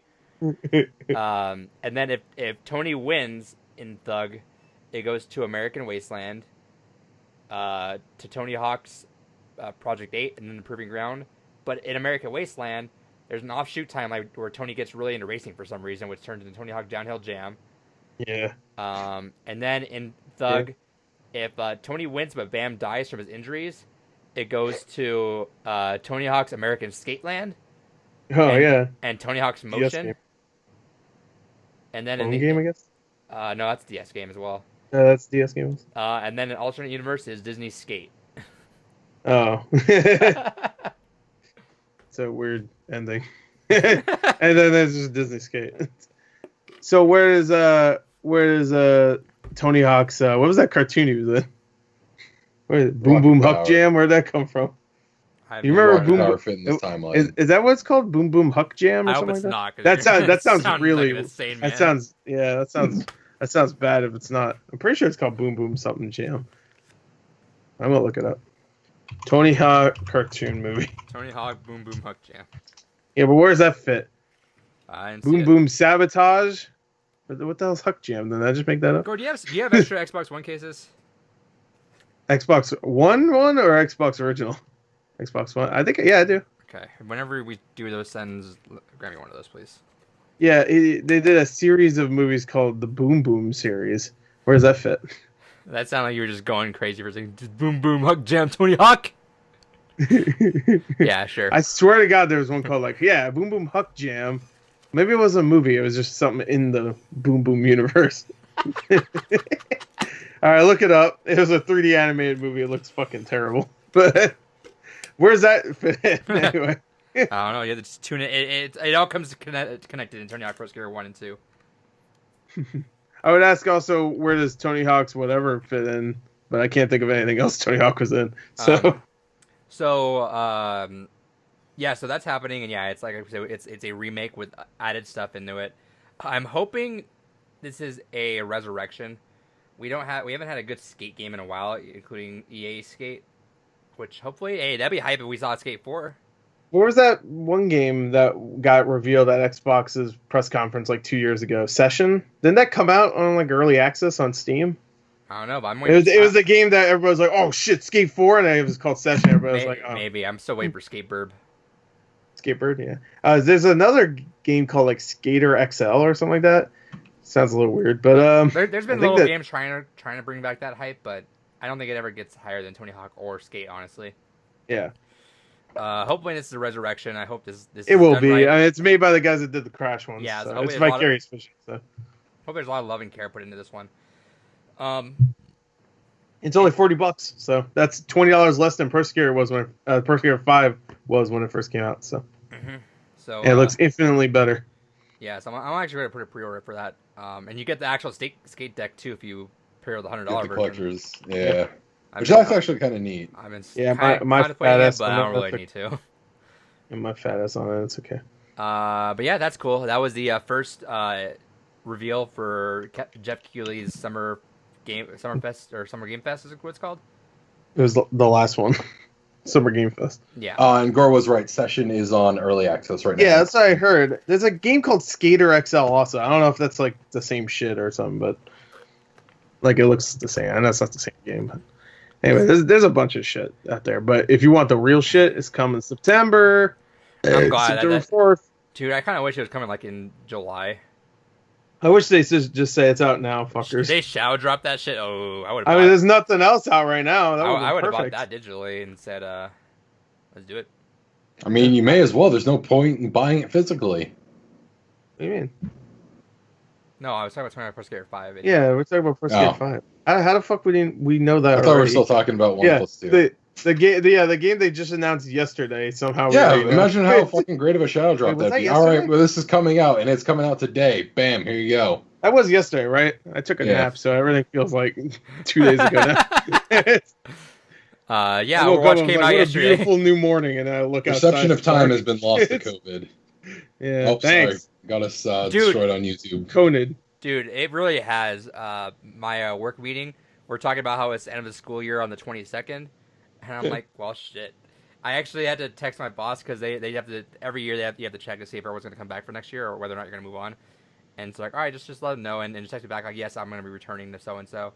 And I said that, and then she was saying like a happy face, and I'm like, I'm actually excited. I'm like actually excited to come back and actually get into it. And she's like, so I'm excited to actually be able to do my job. Yeah, she was like, yeah, you didn't even get your feet wet. I'm like, yeah, I might be one of the few employees that's like months and months into his first start that still haven't learned the basic stuff, but like not in a shitty way.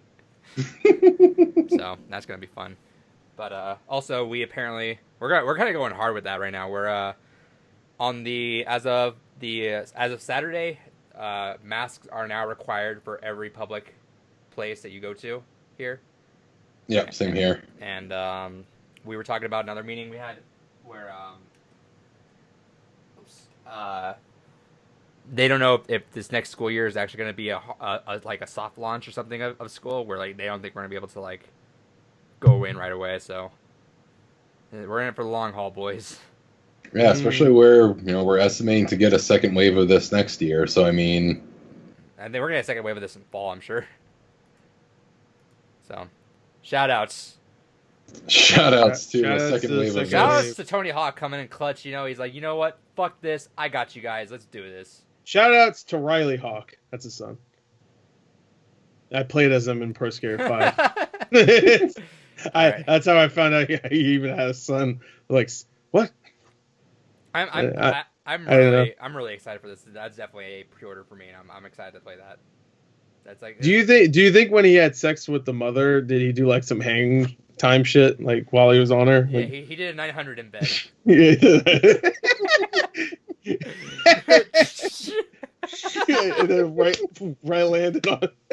It's like, that's how you were born, Riley. Wait, born? All right. Tony Hawk knows how to skateboard. I He just doesn't know can't how flip women you work. out of her. But I feel like a Tony Hawk Pro Skater game is like exactly what we need. Like nothing like too crazy deep, because I feel like we're getting like all those kind of like heavy games right now. You know, we're getting Yeah, like, Last of Us, Ghost of Tsushima. we had Final Fantasy. Yeah, I don't know about heavy, but no, but I mean like in terms of like of content. mean, you yeah. know, like big things. Wedge is pretty heavy. Which one? Wedge. He's pretty heavy. I thought you were calling Wedge, Gore heavy. I was like, Wedge the game? What the fuck? I was like, oh yeah, the fat dude. How could I forget the only fat dude in the Final Fantasy universe? Yeah, and just about every Final Fantasy game. What? Yeah. There's always one fat guy. I'm so heavy. I'm so fat. I will appreciate- Someone punches him and be like, I didn't feel that because I absorbed damage. It was jarring that that you can actually name your teammates in Final Fantasy 7. Yeah. I didn't realize that. I always keep them. You could do that in Chrono Trigger also, just letting you know. I always leave them whatever their names are. Yeah, that's jarring to me because they're known as that character. So I'm like, that's I know, it's weird. But I'm glad though in hindsight because I named her Aerith. So Yeah. I'm like, all right, cool. I saw So that. forever in my timeline, this is never an issue. Eris. I think Eris sounds better, in my opinion. Well, it's because you've grown up with it. Aerith just sounds weird to me. See, now- Eris sounds like a real word. See, it doesn't sound like. See, name. now Aerith Aerith sounds sounds like some bullshit. No, I don't like it. Aerith is just like air coming out of your mouth. Release the Snyder Aerith. cut. Release the Snyder cut. Dude, tweet that out right now, just out of nowhere. Really? Yeah, I like Aerith better. Release the Snyder cut. yeah. I'm gonna tweet that right now. Release the Snyder cut. I feel like you should hashtag release the Snyder cut for everything that's stupid. It's like, I had some coffee today. It was like lukewarm. Release the Snyder cut. All right. I fell down, but I didn't hurt myself at all, so I'm okay. Release the Snyder cut. I had tacos. Release the Snyder cut. I had tacos. They were great. Release the Snyder cut. All right. Next story. Speaking of Summer Game Fest, is that we had another reveal this morning.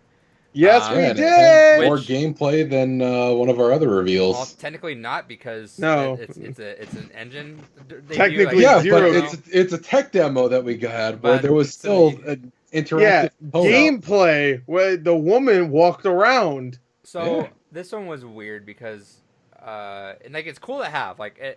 I'll say this one I didn't really get into watching it just because like I have expectations going into next gen that everything's gonna look a lot prettier. I don't really need to see like. I don't like tech demos that much because it's like we're so far off from all that stuff ever happening, and I hate having like set expectations all the way up here, and it's like, well, there's like a good chance we're not even gonna hit those expectations like at launch or anything like that. So I didn't even really care about this. I think with Xbox One and PS4, they achieved that pretty quickly. I think like Rise, Son of Rome, and like Oh, Killzone sure. was pretty close. Oh sure, but like you know what I mean, like all this stuff. Yeah. It's like it's cool to see, but I want to see an actual game. Like, I want to see like Yeah, that was my problem with the fucking Yeah, thing. so I'm like, everyone- if that was a real game, that would be like, oh, cool. yeah, everyone's I kind of really popping enjoy- up for it. I'm like, yeah, that's cool. Like I like seeing that stuff, but every time I hear all that stuff, I'm like, all right, well, that's stuff that I don't know what it means, but cool. If a game integrates that, I'll notice it. I'm like, damn, that's awesome. So it's cool. We gotta see PS5 stuff. Technically, I guess finally that's nice. In engine. I think that's what right, does PS4. make it hurt the most. Is this is the first time we've seen something officially in engine on PS5, and it's not a game or anything. I think if this was done for like Xbox or PC, it would have been like, oh, okay, that's cool to see the tech, because I still love getting to the tech of everything. But I think where this is our first real look at what the PS5 can do, it's like, all right, but where's my games? See, I don't. Everyone online like loves this. Apparently, like everyone was into this. That I saw at least. Really? Maybe I have a weird. I see a lot of people complaining that there was no game reveal. Really. Yeah, that's Not complaining about the thing itself, just that, See, that's the funny thing is wasn't a game. this is gonna sound like I'm jaded, but I woke up I woke up at 8:55 because I was gonna actually see if you were on. I imagined you were gonna be on. So I was gonna go get set up and just walk I woke down up there. at 6 o'clock in the morning. So. I woke up just 5 minutes prior. I was like, all right, do I want to wake up? And then I ended up just hitting snooze on accident. And then it woke me up at 9:04. And I was like, all right, well, it's already started, so let me go back. I hit, which, bless YouTube. Best thing about YouTube Live is that you just go back and forth. Right. So I went back, and then it's just Unreal, and then they just start talking about an engine. I'm like, all right, I'll just watch this later. So I just went back to bed. Yeah. Watch your video, but then your video was all kind of fucked up for some reason. Yeah, I don't know what so I rewatched it after. Yeah. Because I did not pay attention to any of it. I was just like, by the time I just said, screw it, they're onto the interview, I'm like, oh. Yeah, I figured out what the problem was. Now, I do think it's going to be fun if we get this sort of stuff throughout the summer. It's going to be very different, though, because, I like binging stuff. I love the art of binging stuff, because, I like getting that, full rush of everything, and then, downtime in the middle, that's fine. But it's, it seems like it's going to be a weird restraint, because you're getting, all right, here's a reveal today. Wait for tomorrow for another one. Here's one for today. All right, wait next week for next one. It's going to be it's a weird change of pace, but it's cool for news, though. You kind of get, a steady outflow of news. Very different year in general too, because we're getting all that stuff in July now. We're getting the Xbox showcase in July. Yep. No Nintendo Direct. Aren't we also getting another one in June? Yeah, we're getting one every month. But yeah. the one with all the Halo Infinite and stuff is happening in July. The Nintendo Direct's not happening in June. Yeah, and Square's also confirmed they're not doing a big event. They're just going to release stuff as they go. I believe Ubisoft and EA are the ones that have confirmed June. Ubisoft's July for some reason. All right, that's what it was, July. Which is weird. I'm just all right. It's all very weird. It's gonna throw me off, and it's gonna suck. It was. I guess it'll be kind of cool when we're June's over. We're like, oh well, there goes E3. Oh, it's we still got that fucking event coming up. Right. It just and it was bound to happen, right? E3 was never gonna last forever. At some point it was gonna collapse. I could still see it coming back. Oh yeah. But I mean, even in hindsight, just kind of knowing it, but it'll be a very different year for coverage, and I will kind of miss it too, because E3 was it was gamer Christmas, it was it was magical. You wake up and there's just a bunch of cool shit's about to get announced 2 hours, and you're like, all right, let's do this. All right, time to get hyped. And it was 3 days of that, it was cool. Yeah. But oh well, that's fine. I'm curious to see how this goes, and whether or not it's gonna actually fall on its face or be actually super successful. I imagine we're gonna get a Sony conference soon too, because tomorrow's event is all Ghost of Tsushima. I'd say probably sometime at the end of next month. Probably. I guess that there was a leaked release date of October, but they quickly retracted that, so I don't know if that's gonna be a October release or not. I'd be surprised. They also retracted everybody's fucking Last of Us videos by giving them copyright strikes. but I would be surprised if they released in October, because by all accounts, everyone's kind of guessing that they're going to be delayed. But at this point, I wouldn't be surprised, especially since they said Unreal Engine 5 isn't even coming out until 2021. Right. So, I'm so curious to see who plays chicken on the price for the PS5 and the Xbox Series X. I have a feeling that's why PS5 hasn't announced shit yet, because that's what they did last time. It's just they waited until Xbox put a fucking foot in their mouth, and then they came out, $400. I have a feeling Microsoft wants Sony to call it first, so that way they can just say, all right, we're gonna match that or go lower. But that's the thing. Yeah. Even if Sony does go lower, and Microsoft goes first, and then they go lower, because they could totally go lower and take a loss because Microsoft. That's what I'm saying. Microsoft could just do whatever though. Well, no, I'm talking about Sony, because how well they did with the PS5. I mean PS4. Sorry. Oh, sure, but PS5 also. They can't afford the big loss that Microsoft could be like, all right, fuck you. Yeah, Microsoft has fuck you money, definitely. But yeah, but most of their revenue they're planning on coming from Game Pass. They're not really giving a shit about the console itself. So I'm sure Phil Spencer just pitched it saying, hey, we're gonna lose this much money, a lot of money on this, but we're gonna gain that back in Game Pass for sure. But what I was gonna say was that when it comes to Microsoft had so much shit going against them even before the price. When the price showed up, it was just another thing. All right, it's $500. That's a lot, but whatever. But of course, the no use games. Don Matrix saying it. Play 360. Play that if you want to play. I rewatched a clip of Major Nelson. That was Jeff Keighley, right? No, I rewatched the one with Major Nelson and Angry Joe. Did you see? Remember that clip? Yeah, that was stupid. To be fair, Angry Joe was a little too... No, I'm way on Major Nelson's side because Angry Joe's like... I'm not on either side there because Major Nelson sounded like a complete dick, but Angry Joe was I'm a journalist guy, and he's I'm sure after like a long day and Major Nelson's trying to chill and like I'll answer whatever, but just don't be a dick about it. He's like, I'm sure it's easy, and he's like, well, is it really easy? Like, yeah, I'm sure it's like, all right, flip a switch, no DRM, click. My question is, where in the military did he go? Air Force. Oh, okay.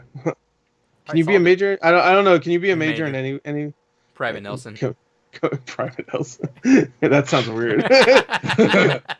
That's what I call it, Private Nelson. My Private Nelson. No, well, yeah, Major Nelson's being a dick for sure, but I mean, that's his son's name, Private Nelson. He's being a dick, but I also think that Angry Joe was being a dick too. So like whatever. Yeah, they were both being a dick. That's why I wasn't on either side. Yeah, but... Angry Joe just has a way of just coming off like he's arrogant and also trying to be funny at the same time. Because I liked his content so much. Like I do like his content. I really do. You know what rubbed me the wrong way, and not to like talk shit about anyone. Like I still liked his old content. I still actually watched some of his old content too. Yeah. I don't know what it was, but somewhere around the lines it just started bugging me. Where there was one podcast I remember I was trying to watch with him, and I thought I was trying to give him another chance, and he was talking. It was his podcast where his two other friends were on there. One of them says something, and then he stops, and there's like a long pause, and everyone's kind of waiting for Joe to respond, and Joe just kind of has that smile on. He's like, "No, I'm not gonna. Everyone's getting mad at me for interrupting you guys. So I'm just gonna let you guys talk." Oh yeah. I'm like. Yeah. Like, to be fair to Joe, though, his friend Alex is. I'm not the biggest fan of him.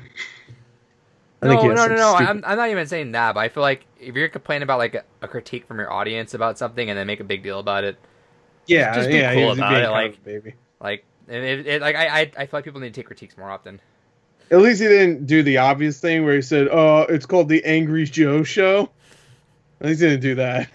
Right. It's just like not the Angry Alex show or the Angry Other Joe show. It sucks, but I get it too because the content he put like back in the day was like it was super fleshed out, but it took a lot of work. Like he talked about that. Yeah. That's why I liked it so much. It was super well produced. Everything was like so well done, and he putting that much time in a concept video like that, it's unfeasible. So I get it, but that's the stuff I definitely like though. I think his reviews are still pretty good, but now he does a lot more of the quick reviews and the discussions. Discussions are still pretty good. Like the Fallout 76 one was pretty good. I actually like that. Battlefield 5 one was pretty good. Always one of my favorite content thing is his indoctrination theory of Mass Effect 3. That's always a fun video. Yeah, to be fair, he got that from a lot of other people, but he was the one that made it. Yeah, he's the one that like made it a really good video to like. Sit down yeah. He did a good job with that, and then immediately I felt like a week later it was just like nope. That would be interesting. I like how everyone they're like around. They're like, all right, hey, you know what? I'm okay with the ending. That makes sense now. Now I'm good with that. And then BioWare's like, hold on, wait, we fixed it. Everyone's like, the fuck is this? BioWare's like, wait, we have some goodwill. Let's fuck it up again. So, made massive also to continue with this segue nonsense.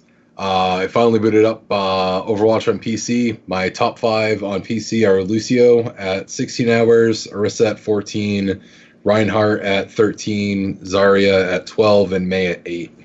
Okay, so not that big of a difference. No, I thought I put more time in the PC version than I did, but apparently I did not play as much as I thought.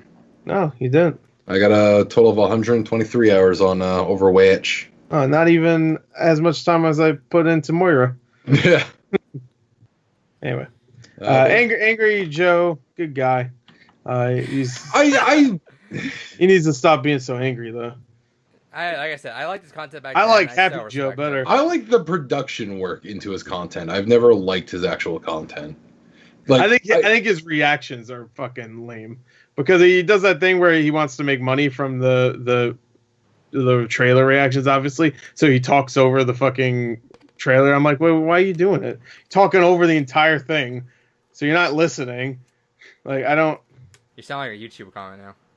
Yeah, but like, what? But that's the thing. Why does he do it? Like, he doesn't need to do that. People watch his shit, so I mean, he should just watch it like and then discuss it. Like, watch it off a video and then discuss it. Like, I don't know. My favorite gore comments are like how you'll see one comment say, Well, "God, that's different though, because we're just talking around. No, Shit. I'm not saying that. My favorite, I'm just saying is my favorite comments are one where it's like, "Man, these idiots will shut the fuck up and listen," or and then literally a comment afterwards, "God, like, are you gonna react or anything? Or are you gonna fucking say anything?" You're just like, "What do I do? Yeah, Do you want me to say something? Do you want me to stay quiet?" Or react? Oh, I have to have like bug eyes every time I do a reaction. Oh my god! Oh! Or I have to be like, Huh. that was interesting. Interesting. Interesting. See, that's why I always feel weird when I was playing FF7 the other night. I felt kind of weird because I'm like, I feel like I'm not like, I feel like I need to be overreacting to this game, but I just kind of just chill and just play a game.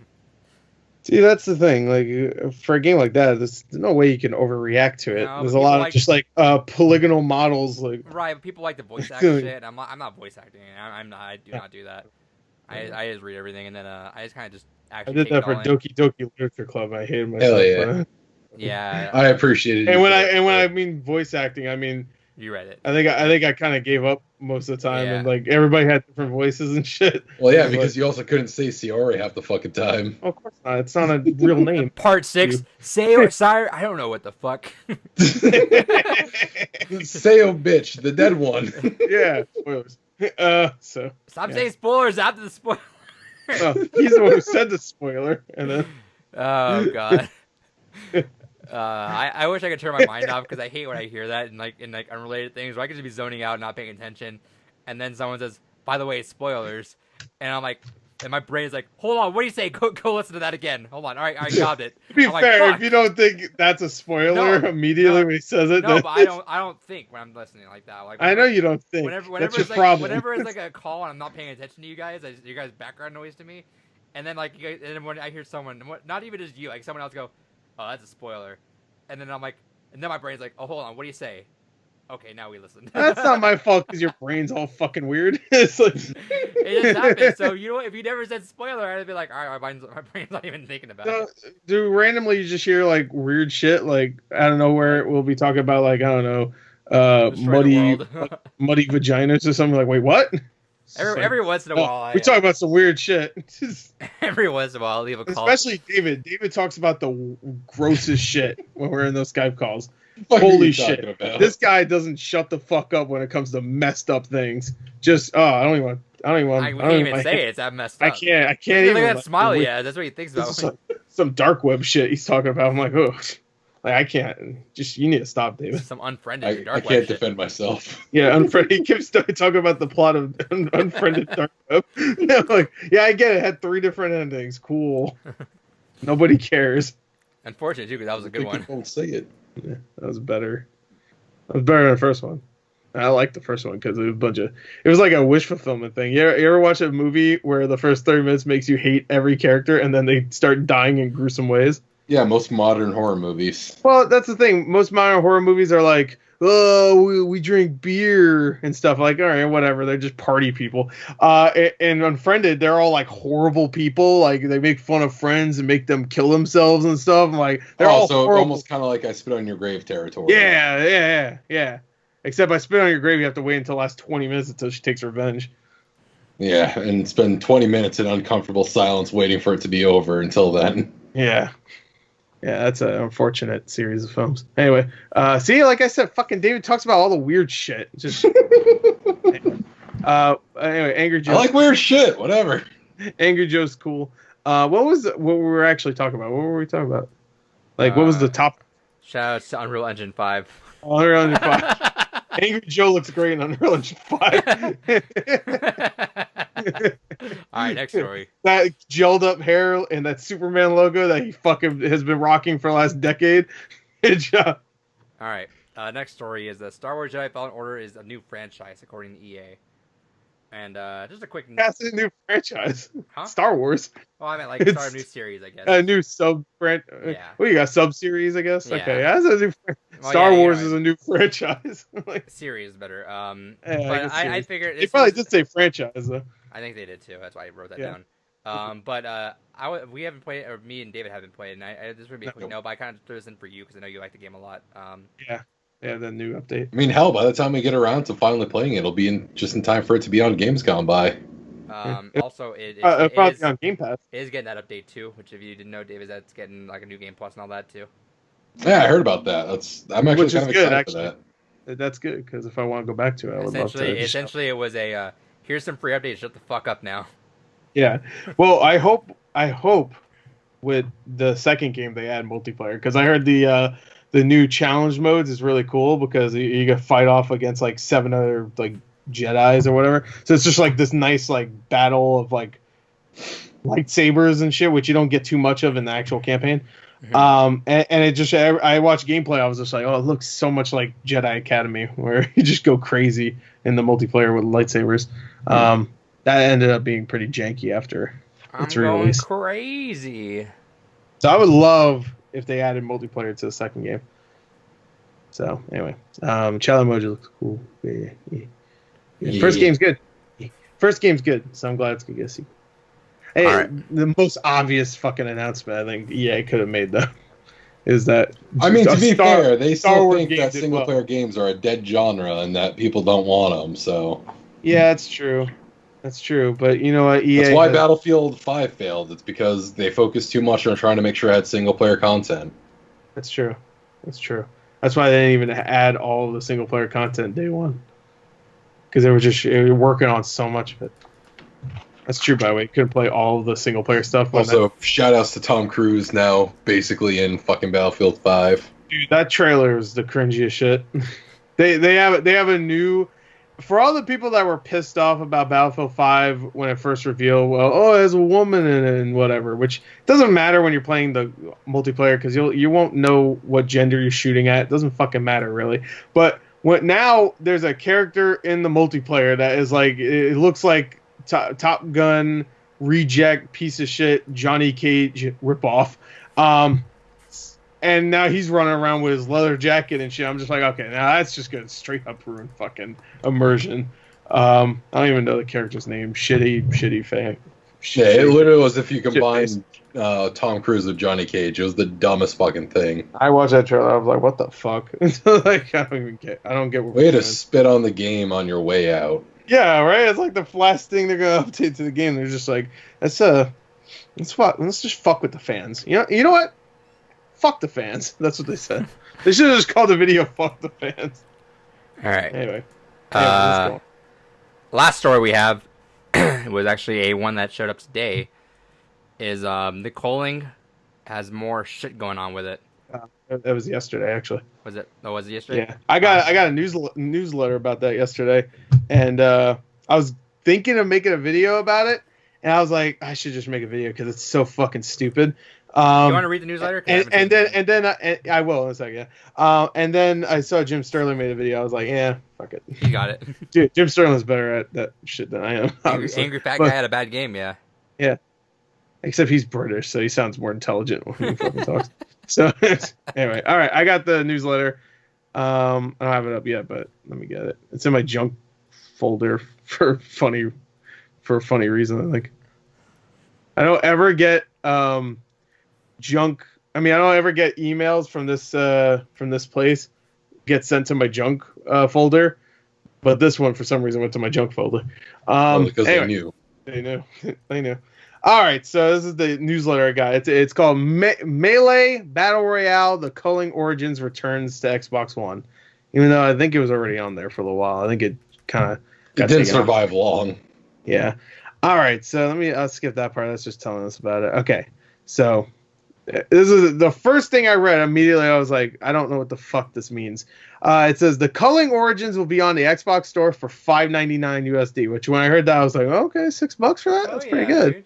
Yeah, that's pretty good. We can get the bros in play. Yeah, $6 for bro time. Let's go. It's actually a pretty fun game. I don't know if you ever played it. I've heard. It's fun. So and okay, so he's a $5.99 USD. I was like, okay, cool. And then the rest of it mystified me. And comes with a 1-day free trial before payment. I was like, okay. So I guess I could download it a free trial and I get to play it for a day. I was like, okay, all right. That's weird, but okay. It also says anyone who previously purchased the Culling Origins or downloaded the game while it was free to play will be able to play without additional purchase. So technically, if I downloaded it, I think when it was free, so I don't need to pay for it. So that's cool. I was like, all right, cool, it's back. Woo, another Battle Royale game. And then I read the rest of this. All right, this is cool. Okay, the Culling is one of the pioneers of the Battle Royale genre, and even today it stands alone as a unique up-close and personal combat experience. That was said by some guy.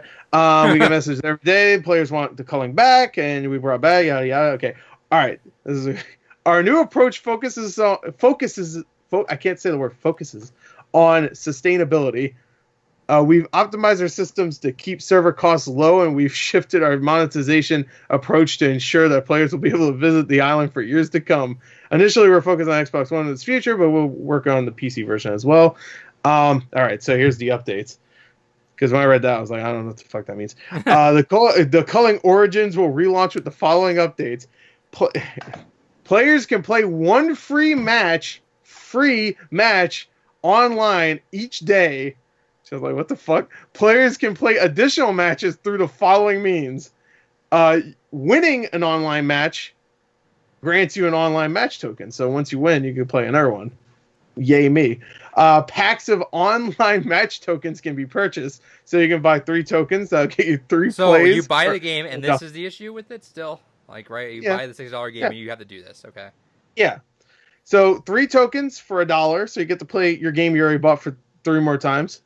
10 tokens for $3. I mean, $3 you get to play. Hey, if you buy the 3 and then the 10, that's 4 right there. And then you add the 6. You carry the 5. Hey, you carry 5. 20 tokens for $5. That's pretty good, right? $2 extra, you get 10 more tokens. Online passes providing unlimited online play can be purchased for 7 days, which is $2, or 30 days, which is $6. So I'm assuming the $6. It's some fucking internet cafe shit. Yeah, it's weird. Remember, it's all to improve the longevity of the game. Yeah, there's no one gonna be fucking playing in fucking 2 years at this point. You lose or you win, and then you try to get into another game, and everybody else lost. So can you imagine dying first? You're like, well, I guess I'll just come back tomorrow. You die immediately. It's just like, oh boy. Well, because think about it too. I mean, like, this is the most anti-streamer game I can ever think of. Right. All right, who's ready to watch the stream of this? Well, unless I'm throwing down fucking tens of hundreds of dollars to fucking continuously play it. All right, well, that was my one match for the day. Good game, guys. We'll do this again tomorrow. I glitched into a wall and died. So you know what? That's a good stream. You know what? You should stream this, Adrian. Every day, just play. See how long you. That'd be a great idea. See how long you live every day. All I'm gonna do is camp every game to get my maximum enjoyment out of it.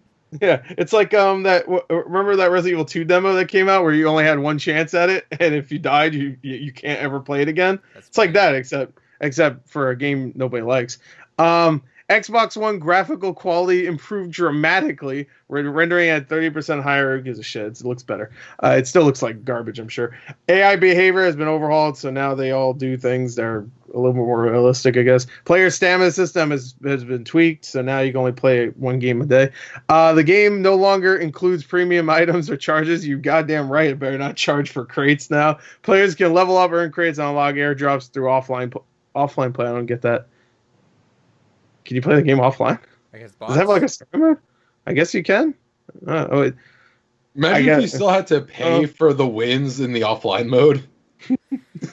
So you have to pay for the fucking stupid ass airdrops too and stuff. Yeah, imagine it had microtransactions along with the other microtransactions. So obviously it's not even a micro. It can't be micro anymore when it literally pays so you can play the game. You're paying to play the game. So at that point, is that really micro? I mean, I know the currency that you're paying. What's the logic when the games have like timed events online and you know the mobile games where you have to pay like Candy Crush to like play a game again or? Right. But those games are free though, right? Yeah, I think they're just simply referred to as freemium. Premium. This isn't. Well, it's freemium if you already bought the game originally, or you download it when it was free for like a month or whatever. Which I think I did. I downloaded it, so I think I'm getting it free. I don't know. I'm sorry their servers cost so much. Literally, the worst thing you could do right now when everyone's bored at home is charge people to play your game even more than what they're trying to do. Right now would have been the smartest move to make it all free to play and like, hey, fuck it, play the game as much as you want. We're gonna make this and we'll add like some fucking loot box shit or whatever, just free to play. Or how about, even if you're gonna do this, don't make it so you can only play once a day.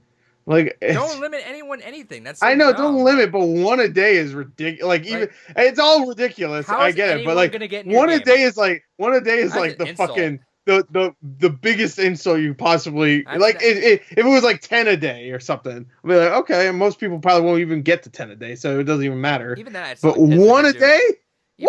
Even then, I'm still kind of like... It's still shitty either way, but at least you'll be like, all right. Because, like, what? Like, you die first, and, like, okay, I guess I played 5 minutes, that's all I'm allowed. Like, how is that ever going to incentivize you to have a consecutive online base? No one's going to want to keep coming back the next day for another game. I really had fun roaming around. Guess what the fuck I'm going to do? I'm going to play Warzone for free. Yeah, exactly. You can play Apex Legends for free. You can play Fortnite for fucking free. You can play so many games for free. There's MMOs you can play for free. Why the fuck would I ever want to play this no personality having piece of shit game? Like, it's not a piece of shit. I shouldn't say that, but right now it's not. It's not doing. Honestly, you could have the best gameplay in the world, and it would still be a piece of shit for this practice behind it. The Culling 2 I heard was horrible. So they already had a big cash grab because they just made Culling 2 because the first one stopped being popular. So they're like, oh, Culling 2. Now it's like any other battle royale game. And it's just like, why are you doing that? Like, why don't you just update your original game? Original game had a nice, small, I think like 30-man thing. It's like on a small island. It was focusing on melee combat and stuff. It was like niche, the first one, technically. It has its own niche, so it's like, okay, it still stands out from the rest of them. That's fine. Yeah. But like, I don't know why you're making it harder for people to play your game when literally there's bigger, more polished options elsewhere. That's like the last thing you should be doing. I don't get it. It's weird, but I guess maybe they're hurting. I don't know. Dude, if you charged $6 for it, I would have bought it and played it. Yeah, me too. I mean, I guess I don't need to because I downloaded it before, but well, because like I looked up the company because I hadn't honestly heard of them before, and I'm like, what the fuck else have they ever done? And the only other thing of notoriety they've done was Lichdom Battle Mage. Oh yeah, I heard that game is not very good.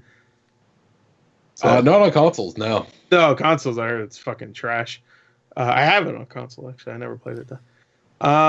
All right. Well, they also did Culling too. Don't forget the game that lasted a week.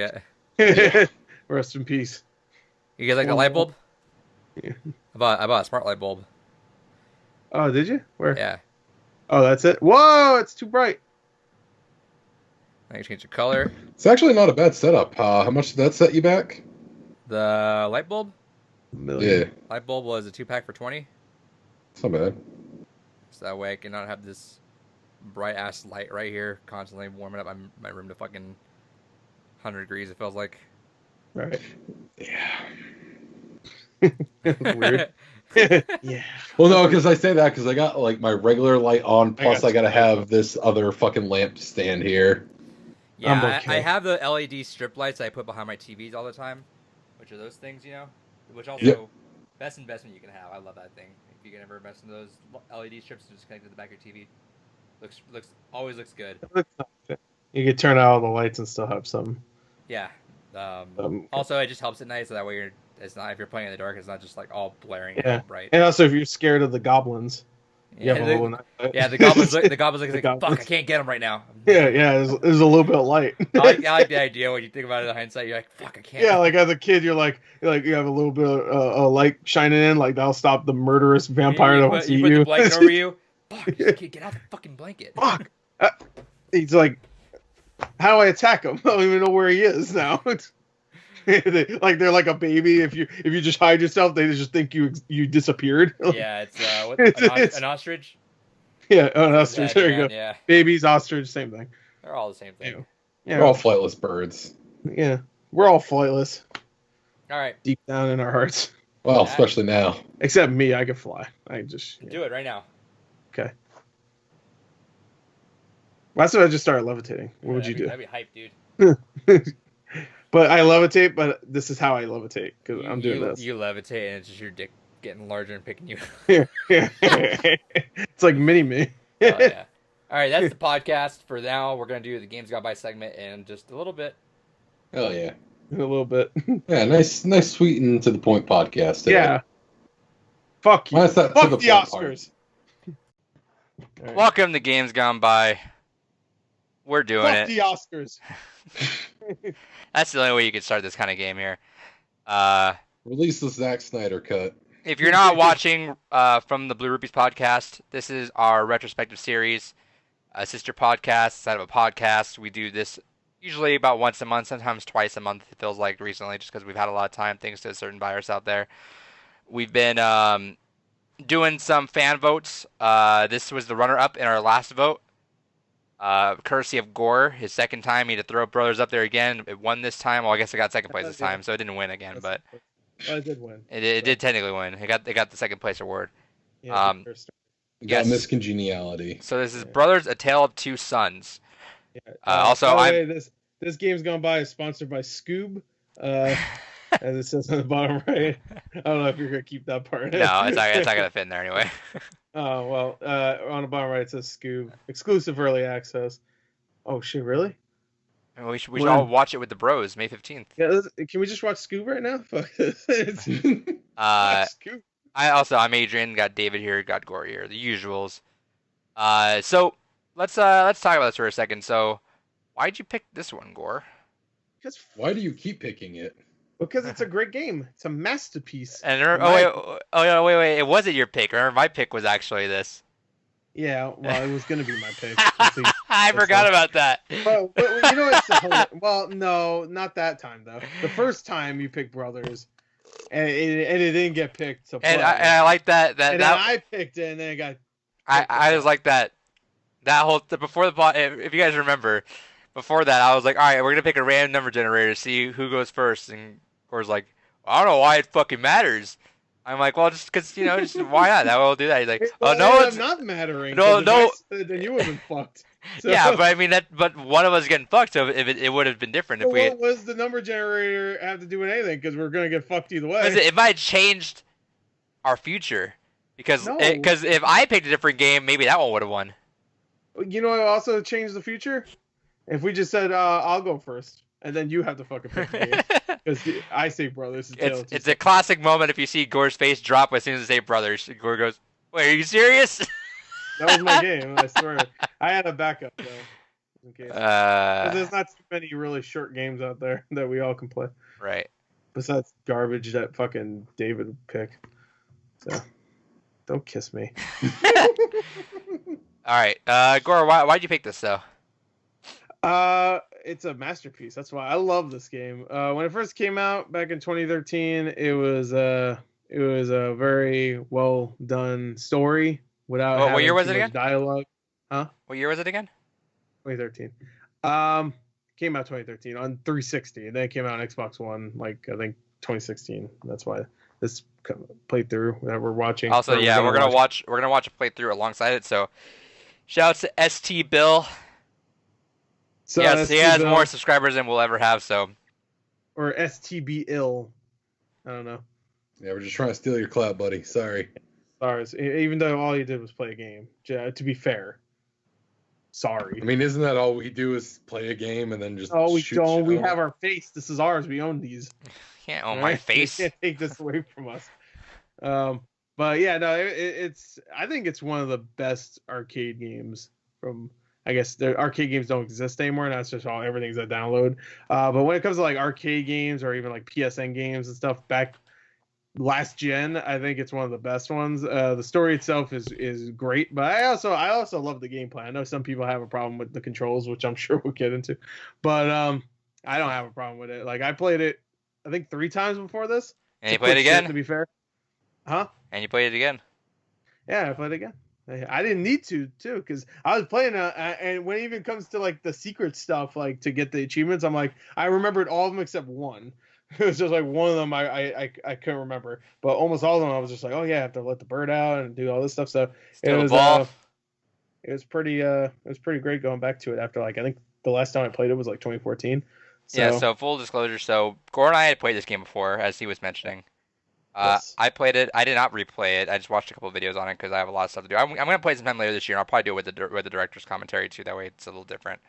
David has never played this game. I don't think you've ever heard of this game before. No. So. It's from the guy that said "fuck the Oscars" at the Game Awards. Which, yeah, shout outs to Way Out. Me and Gore really want to play it on stream eventually, which we will sometime. Yeah, Probably but, another time after a Saturday stream. So yeah, no, I love the game. I really do. I think it does a great job of telling its story with not too much actual dialogue. I mean, there is dialogue here and there. I think it's in I think because I watched a little bit of the director's commentary, I didn't watch the whole thing, but he said it's I forgot what it's been like a week, but he said it was based on an existing language, but they changed up things here and there So to make Simlish. it seem. Yeah, well, Simlish is just like gibberish. It's like abu dooby dab. It sounds like a minion. But like I can't remember what fucking language he said, but It almost sounded kind of like Nordic or something, like Swedish or something. I think I have to watch it again, or I have to watch the whole thing. But yeah, so he said that he based it around some a real language and then just changed different things up, and for the most part, everything in the game was his idea, the story, even like a lot of the mocap stuff. But by the way, his name is Joseph Ferris. So it was a lot of his idea. He's also a filmmaker, and he went to video games, and he said how hard video games are, but how rewarding they are, especially considering how movies it's really hard to get noticed. When video games it's actually much easier, he says. Why, you proved it. Exactly. To the point where EA is just like, want to make a weird little jail game? And he's like, yeah, hell yeah. But yeah, so I loved it. I love the game. So that's why I picked it. And I wanted to play it again. I've been wanting to play it again for a little while. So good excuse to do it now. Considering we have this stupid ass series. Oh, yeah. That's great. That's a great series. It's a great series. I love it. I love it. I'm definitely going to love it in a few months when we have to fucking waste our time for other things. Anyway. That's Brothers. We'll talk about it more. I don't want to talk too much about it though. All right. So that was that was Gore's pick for those reasons. My history is I played that back in the day and I liked it a lot. I liked it a lot. It's very bizarre. Control scheme wise at first, like it's kind of just weird to get used to. But I like that they don't hold your hand with the story as much as like it feels like they could have, you know. I like that there's no discernible language for you. Like you're kind of just piecing it together on your own and figuring it out. No, but it's very obvious what they're saying though, which right, like right. But it's not. It's still kind of rewarding, you know, because you're piecing it together yourself, even though it's obvious, you know. A lot of body language. And I love the bizarre land they live in. You know, you don't really know what you're getting into, but it goes in so many weird places and stuff that you didn't even expect when you first boot up the game. You know. Yeah, exactly. And it gets brutal too. It gets like especially the end. At first it's like it's even though the mother is gone and the father's sick, there's a lot of like playing around and stuff and goofing off. Yeah. Even feels lighthearted in the beginning where you're running away from the dog and then you trap the guy in that little place with the dog and it's kind of goofy. And then it slowly gets way darker. Yeah, like the giants and you're having to like spear one in the head to cross and it's like cutting off an arm and stuff to get across. Yeah, stuff like that. But so it's a dark fantasy with some light-hearted elements, but it's definitely a dark fantasy story for sure. I'm actually surprised it wasn't like rated M or whatever. It was probably on the cusp of it, honestly. Yeah, it was pretty close, I bet. But so it's a dark story. It's a very realistic story considering what it's like the main theme around it, I guess is. When I say realistic, I'm thinking like Game of Thrones realistic, where it's like no, not everybody gets out alive. So, yeah, no. The ending is brutal. Like even like it is brutal. It's like one of those things like, oh, brothers, they're gonna have a good time. They're gonna save their father. They already lost their mother. So, but no, dude, it ends with the fucking dad breaking down. That's it. And it's credits, and you're like, Jesus. And the son becoming, I guess, a man in a way because he starts off kind of weak. Obviously, he can't do as much as the older brother, and then at the end, he has to do it all himself. And then at the end, he's the only one not crying. All right, and we'll talk about that like specifically in a bit. But David, now's a moment of truth. You've been hyping up yourself just for no one else. I don't know why you just keep hyping this up. running gag. Oh, I wonder what David's gonna say. Well, because I mean, it's genuine. It's very 50-50. I tend to either end up really loving these games that I go into expecting to hate, or I'd come It out of is it going, yeah, I 50-50 so fucking far. hate You've it. been 100% so far. So unless you're about to change it up, which even if you change it up now, it's not 50-50. It's like I 75% thought there still. was one that you guys recommend that I really hated this. No. There hasn't that been one I really hated? The only game you didn't really like was Watch Dogs, but you still had fun kind of fucking around with it. Yeah. Oh, yeah, that's fair. All right, so yeah, I got one I really hate now. Uh, Well, that was Games Gone By. All right, let's talk about it then, David. I don't get it. Yeah, I swear to God, if you say it's the controls, then you got like a fucking peanut brain. I'm sorry. It's like just straight up. Like it's No, genuinely, the controls are a hindrance for like the first 20 minutes or so to the game. It takes a little bit to get adjusted to it. And because, I mean, the very first aspect of a game is being able to enjoy playing it. And it was a little annoying initially to get used to the controls. I got used to it after a while, but I felt like it still wasn't good game control design. It was just I got used to the awkwardness of how it's fucking set up. I thought you liked twin sticks. No. I felt like we'll get into it more, but I feel like the game eased you into it. It wasn't like You weren't full-on, doing too many complicated things at the beginning versus later on once Yeah. it trusted you to understand what it was doing to do more complicated tasks. Like there's Yeah. a couple like climbing up like the mountain's a little complicated. But it was like, still one of those frustrating things where occasionally I would just, because again, it goes into like I play with symmetry a lot. I would go ahead, I'd start moving, but if I move one stick down, and all of a sudden I gotta fucking wait for the other brother to catch up to that one so I can continue moving on. It just, I wish there was an option to just have them move in synchronicity just to fucking get rid of some of the headache. Yeah, but I mean that wouldn't work story wise because the little brother's supposed to be like slower and shittier than the big brother. So the point is you're controlling two whole people, which is why like it comes out kind of awkward and nothing ever's in No, sync. I get the point. It doesn't make it less frustrating. I get the point. I don't understand. All right, well, besides the controls weren't your issue anyway, so what's the issue? I didn't really get invested in the story in the slightest. It was one of those things where it's like, you know, a lot of the games we've talked about. Not enough anime girls in it. Well, no, because like going back to our Last of Us discussion, you know, we had the conversation of, man, there is no game that has done a better job of just immediately getting you attached and invested in the first 20 minutes into this character just to have them fucking brutally die right after. There's no build up to anything. It's just, all right, game start, mother's dead. All right, dad's sick, go fucking fix him.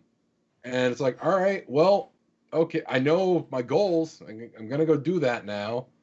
And then it's like, all right, so I guess we're going to go save dad. There's an asshole blocking my way. Why the fuck's the asshole block? All right, whatever, I'll go around him.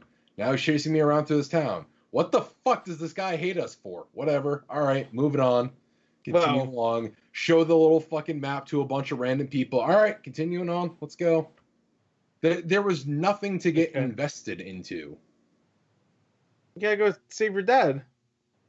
The little one can't swim, and you gotta go save the princess of fucking Mario. It doesn't mean you're invested in the goddamn story. But there's way more story in this game than Mario. Mario, you jump on a mushroom guy. That's it. You wouldn't and say you jump around. You say there's no reason for the kid chasing you, which probably he's not chasing you. He's just fucking with you. He's just locking gates and stuff. The reason why is because he's a fucking dick. He was probably like somebody that is like a bully to one of the kids or whatever, probably the younger one. And maybe he's just like with the asshole kid of the village, and he's just like, oh, I'm gonna fucking play tricks. For example, the point of that is to get him. Yeah, like for the example, like, would it have been a better game if they verbally told you why this guy does not like you? Like, if you walk up to him and said, "Oh, you damn kid's always messing around," do you think that would have helped it? Well, considering they spoon feed you the whole reason why you're on this adventure of, all right, just, again, no build up to it. There's no reason to care or get invested. Just, okay, your mom's dead, your dad's sick, go, scene. I kind of expected that was what the pace of the rest of the game was going to be. The only time I thought the storytelling was honestly done really well was the scene where you're in that kind of like quasi dream with the giant that I assumed was meant to kind of resemble your mom. And at the very end of the story, I thought that was done absolutely beautifully. Everything else I thought was absolute fucking uninvestable dog shit. Continue. I'm just trying to find the spots here. Someone's a little mad about it. What are you talking about? The dream is like first 30 minutes. The giant with the girl. Kind of going through the cliffside, and then you have after the little brother kind of has a death scare. Yeah, and like then you find that giant kind of sleeping, and then you just kind of wake up and realize that wasn't actually a thing. Oh, it's before the dark area. Yeah. No, it's after the dark area, isn't it? I'll continue. Oh yeah, there I found it. Yeah, there you go. All right, hour for this guy. I beat it really quickly. I mean, I went through it. Yeah, so this is what he's talking about. All right, continue, guys. So while we have this playing for the viewers. So this is the scene I was talking about. I thought that was actually a pretty well done scene. I liked the emotion that was coming through in that. Honestly, the Simlish got really fucking annoying to listen to. I also really didn't care for the music. Oh. About 30 minutes into the game, I turned the audio off entirely. Oh, come on now. That seems like you have a really good assessment of the game when you can't even get through 30 minutes. The music's really good, Oh, you can't even get through 30 minutes of the fucking game. It's basically half the fucking game. No, it's not. This fucking playthrough was 2.5 hours. I know you took longer.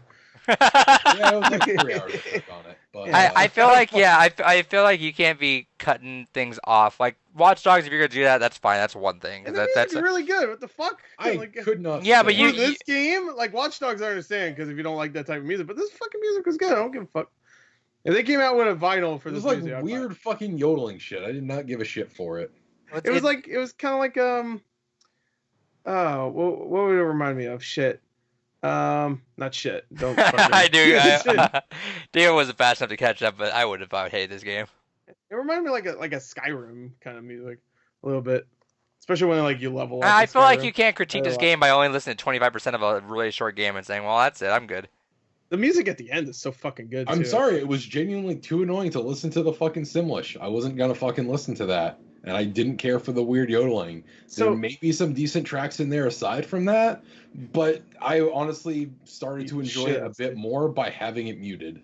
This is me against David right now. Just being shut the fuck up, David. I don't agree, obviously, but it's not Simlish either. I'm pretty sure it's based on a real language. That's what. Yeah, like I mentioned earlier, it almost kind of sounded like it was something like Swedish or Nordic initially, but either way, there was no point in listening to the dialogue. Sure. Well, yeah, I guess most of it was body language anyway. Sure. So that's fine. That's not. I know. Don't listen. We're currently shouts to the gaming ground for this video that we're listening to right now. Yeah, because he made this music. No, just providing it. Oh, I can't stand it. Oh, it's so bad. Let's see.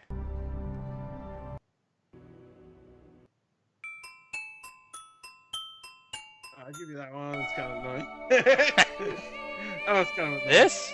Yeah, that is where I immediately tuned out. As soon as I got to that song, I was fucking done. Really? Yeah. You don't like that? No. This is shit. Some good shit.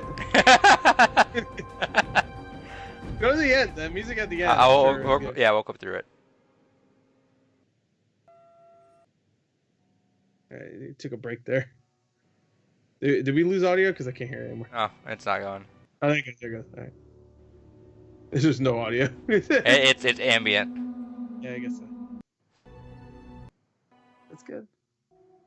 See, like if there was a vinyl for the soundtrack, I took it. Oh, this sounds kind of like Ghost in a Shell. Oh, now David's in. No, I don't think he likes Ghost in a Shell. Didn't you say you didn't like Ghost in a Shell? It's one of my top 5 favorite animes. What the fuck are you talking about? Oh, yeah, now he's in. What was the anime you said you didn't like? That's a lot of them. All the guy-centric ones a bit. Where's all the pretty ladies? That's what I want.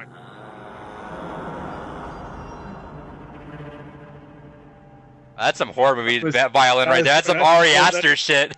Pretty sure that's the fucking spider. Yeah. That's some Ari Aster shit though right there. The. That's when fucking Toni Collette's banging her head on the fucking ceiling. Funniest moment that year. Okay, well, no, I disagree. I disagree, All Gary. right, fair enough. Like I said, I admit I got 30 minutes into it. And I was just like, nah, I'm done with this. I like the soundtrack's nice. I like how we skimmed through. We heard you only like twice. That's good shit.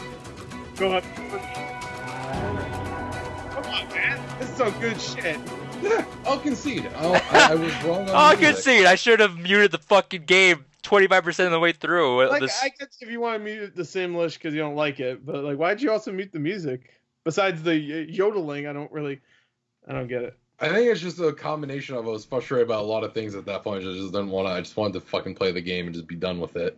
That's gonna be Gordon Nocturne. You fucking know it. I wonder if this, like, I give him a 2-hour game, he gives me an 80-hour game, and he treats me like this. I also give him an 8-hour game in July, and then he still gives me an 8-hour game. That's hard. What the fuck is this? God damn it. Anyway, music. The game did have some decent moments to it. Like I said, I like the ending sequence. I like that sequence, that kind of dream sequence that happened. But otherwise than that, I didn't give a shit about what was going on. It gave me nothing to be invested into other than, all right, these brothers are going on a journey to help their dad. All right. And then one's growing up. It's like a coming of age story almost. And then one has to like, lose. He doesn't know how to swim. He's scared at times.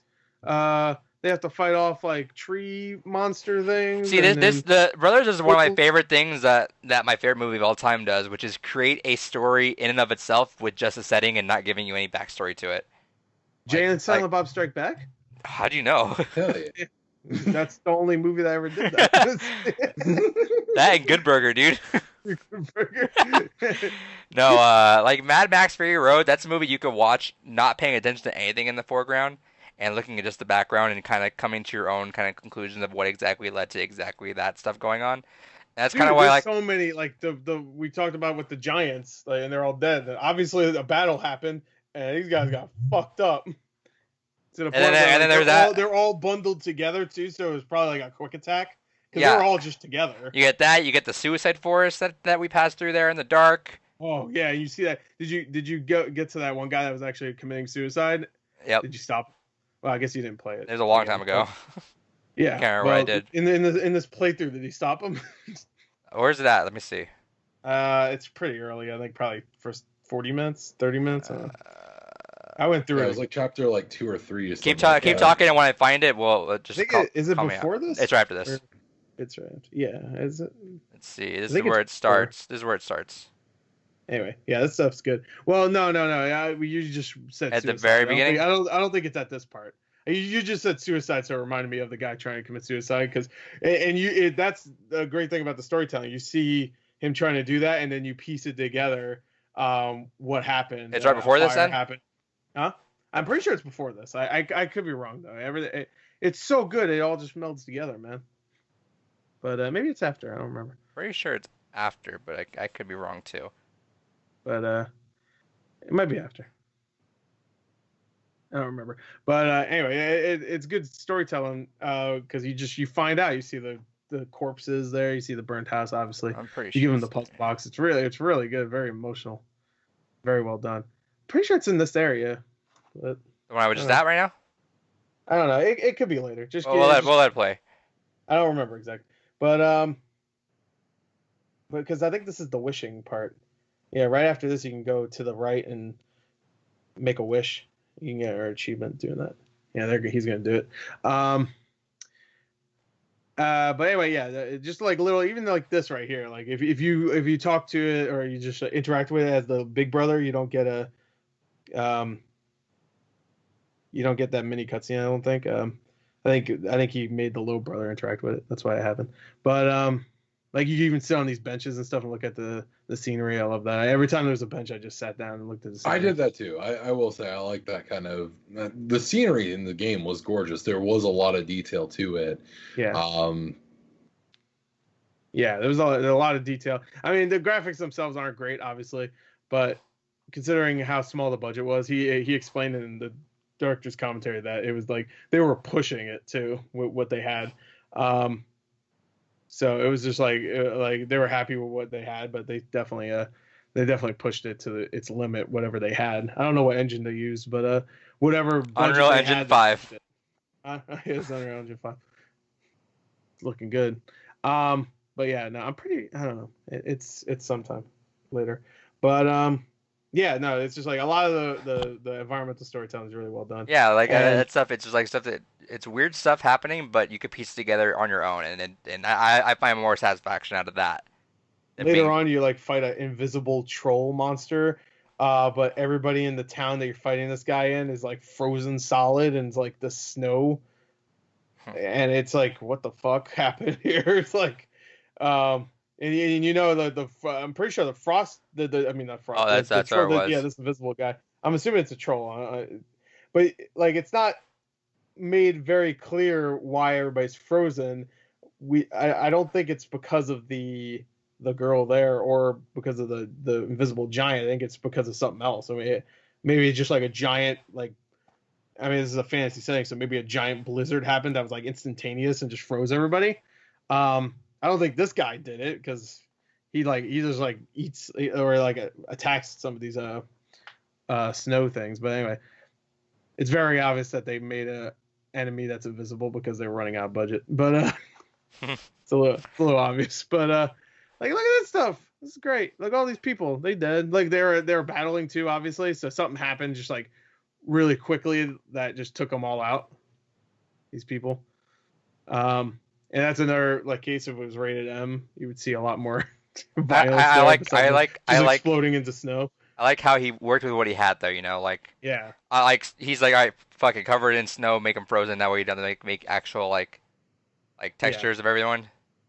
yeah. She wants it, but that's the part where I'm just like, uh oh. He's just like, oh, now he's getting some. You don't give a fuck about that anymore. But yeah, it's well done. Just like the environments, how many there are too, how it transitions between them too. Um, it has a lot of variety. The puzzles themselves, they're pretty simple, but I like how they integrate them where you have to use both of them, their strengths. Like Look at that! Look at that shot! Look at that Aurora Borealis. That's what that is, right? Yeah. Areola Borealis. Look at him. Yeah, Areola Borealis. He's about to get some areola. But that background looks great. It does. Good shit. This is the Xbox One. Oh, look, for Chris Redfield. Yeah, you're a boulder. Oh, yeah. Yeah. The little rock she moved that way. Yeah. You know, and I love that they set her up where she's doing shit that's like a little supernatural. Like she's like climbing up stuff really quickly and stuff, and she has like almost superhuman strength at times. So it immediately like becomes clear. Like even the way she crouches there is creepy. And also I looked away. Cave. I don't know why anybody thought, oh yeah, cave. Let's go to a cave. But yeah. So there's a lot of like hints at her being not who she I guess says she is, even though we don't know what she says. But yeah, so a lot climbing these guts. Yeah, climb in this gut so you can get in my guts. And he's like, all right. And the little kid's like, I don't even know why am I coming. It's weird. I should wait outside. I love that. Right You see that? Like, That's some good shit right there.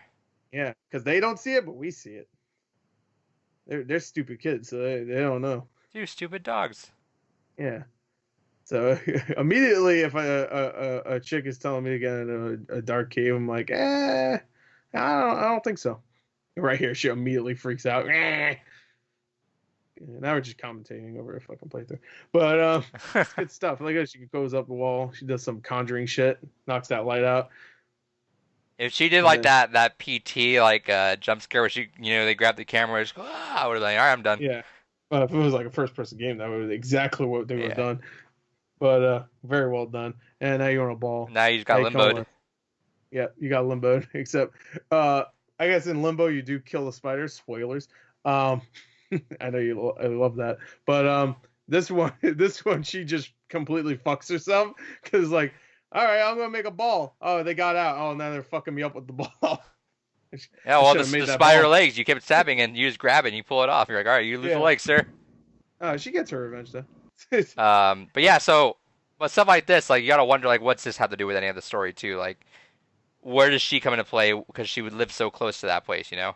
Yeah, exactly. And again, like I said, there's like little hints because she's like, And she was, and I guess you could assume maybe she had something to do with because there's a whole clan thing or whatever. I'm sorry, go ahead. And she was trapped. Yeah, she was about to be sacrificed by some like clan or some cultist of some kind. Cultist, yeah. So and immediately that's already suspicious. Like, why the fuck are they trying to kill this girl? I mean, sure. There's Limbo shit right here. I feel like you got that from Limbo. Yeah, probably. I mean, how else are you gonna fight a spider though? Burn it. Giant spider. Burn it. What? A flamethrower. Oh yeah, just whip it out.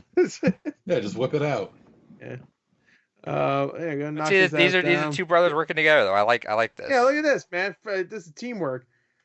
Teamwork, brotherly friendship. I will say it was murdering a spider lady that I felt like the controlling both brothers was the most satisfying. Yeah, because it's like because you could just sit back with the tiny brother and fuck her up with the big brother. I love that as she loses more legs, she becomes more fucking helpless. Like she's like, oh god, she had a bad day. You fuck with the wrong. How do you say brothers in Spanish? Adrian. Joe's. You fucked with the wrong. Why am I blanking on that? I hate when people ask me right after because I'm just gonna forget. Well, tell me right here though. Oh, well. I hate to see that. Oh no. He's dead. Dumbass. Ow, my gut. Oh, it got me in the gut. Ah, shit, got me in the gut. And that's one thing that seems how we're basically getting to this that I did like about it, because you guys know I tend to rant a lot on games and stories in general that tend to go for that kind of like, everything's fine. I don't like the just, everything's going to be happy. I do like those more bittersweet, like, all right, well, you achieved your goal, but at what cost kind of stories. You know, those do resonate with me the most. And I do really appreciate the direction this game went of how, all right, there's this mystical thing that's going to be able to cure your dad, but it's not going to help your brother at all. Yeah. And that whole return trip back was a very somber and well done scene, especially as the younger brother tries to confront his fear of water. So that was a fantastic scene. Well done. Yeah, there's well done moments in this game, but 80% of it, I didn't give a shit about what was going on basically until it got to this kind of setup here. It just, as soon as they got to the cult, I was like, all right, I'm kind of interested now. Just because, like, all right, here's a really cool mystery that's I don't know anything about. It's not just being force fed of, all right, here's the reason why you should care, go. It actually was doing a story buildup of what was happening, and I really appreciated what it led to. This is definitely a game where I would never revisit it again. I think it'd be interesting to listen to the director's commentary, but I'll never touch the game again myself. But it wasn't. This is gorgeous. Like game. Look how good that looks. I bet the music's great here too.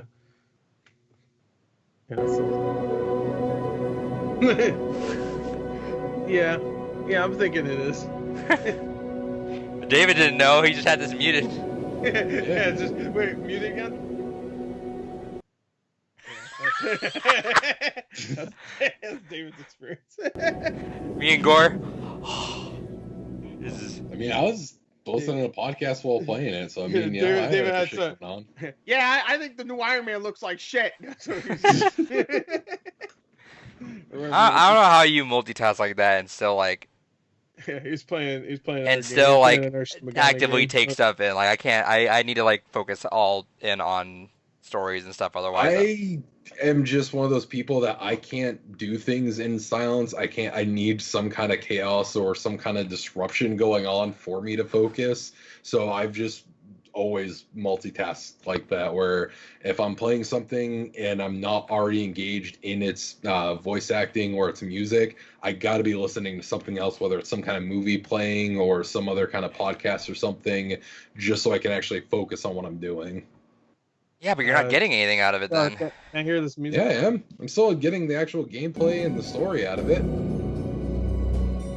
Here, he goes up here. You're not getting this. Yeah, Yeah, fun. this kid's like, shit, I need. I already admitted that I conceded that. You know Come what? on, David, let's go. Was good. David's probably just like not playing for like a minute, whatever. Sit up on a goddamn tree, when his brother bleeds to death. This is you. This is your first time going solo. Yeah, But not your last. and you're there playing with your fiddle. Riddle, riddle, watch him fiddle. Yeah, real quick.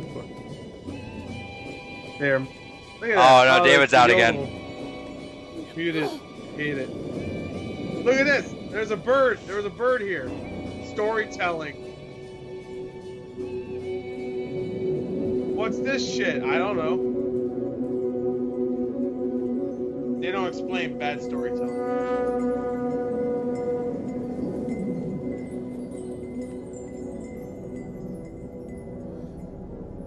Drink it, loser. Drink it, loser. I just All right. my head in. But Anyway. that's like part of the package, though. Yeah, that's the whole package, baby. Music, Simlish, graphics.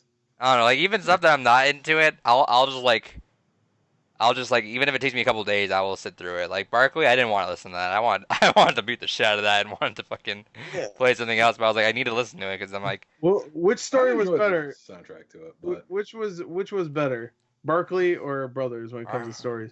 yeah, David. Brothers. Okay, thank you. All right, at least he understands. Whew.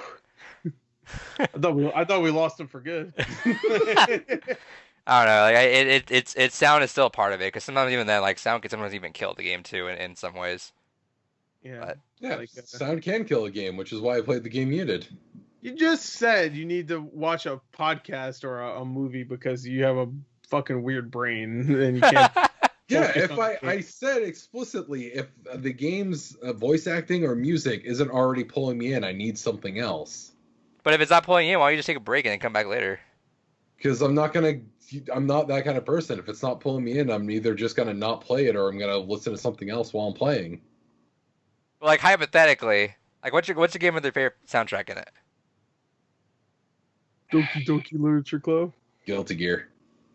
Okay. A lot of rock music. But like actually story, like wise, like Story wise, the music just fits well. It makes the story better. let's say Gore mutes all of Shin Megami Tensei. Would that upset you knowing that he missed out all the music that you talk so highly about? I already tell you. I'm going to tell you right here. I'm definitely going to do that. No, it wouldn't upset me. that's Doesn't part- impact my experience and how I feel about the game. That's part of what you're trying to show off, though. That's part of you trying to like show someone the game that you want them to play, and they're just like, all right, I'm not. I asked you two to play this 2-hour game, which mine was actually 2.5, 3 hours, so less than 4. I just want to throw that out half there. hour of it was enjoyable. Yeah, it's whatever. At least ours was actually, well, ours. I guess it was ours, kind of, because he chose it once and I chose it again later. But I don't know. It was actually 4 hours or less, which that's the rules. So just want to throw that out there. Have to be 4 hours or less. Right. Yeah. Mega Man. I'm trying to say Mega Man wasn't. So you fucking liar. Garbage can. Anyway, At least mine was fun to play. Yeah. This was fun to play because it was enjoyable to actually play. Once you get the controls, you get used to them and you understand that they're actually pretty good and you're not some mongoloid. Then you'll have a good time. Good controls. They make controls. sense to the. It literally they're not good controls. I don't understand how they're bad controls. It's just moving the character, but you have to use both the analog sticks. I don't understand why it's that hard. It's just because your brain can't process you controlling 2 characters at once. Not saying your brain's stupid. It is, but I'm not saying that exactly. Because I feel like everybody else is just like bad controls. I don't get how like when you move the character, they fucking move. how would you propose them to do it? Huh? How would you propose them to do the controls to fix it, David?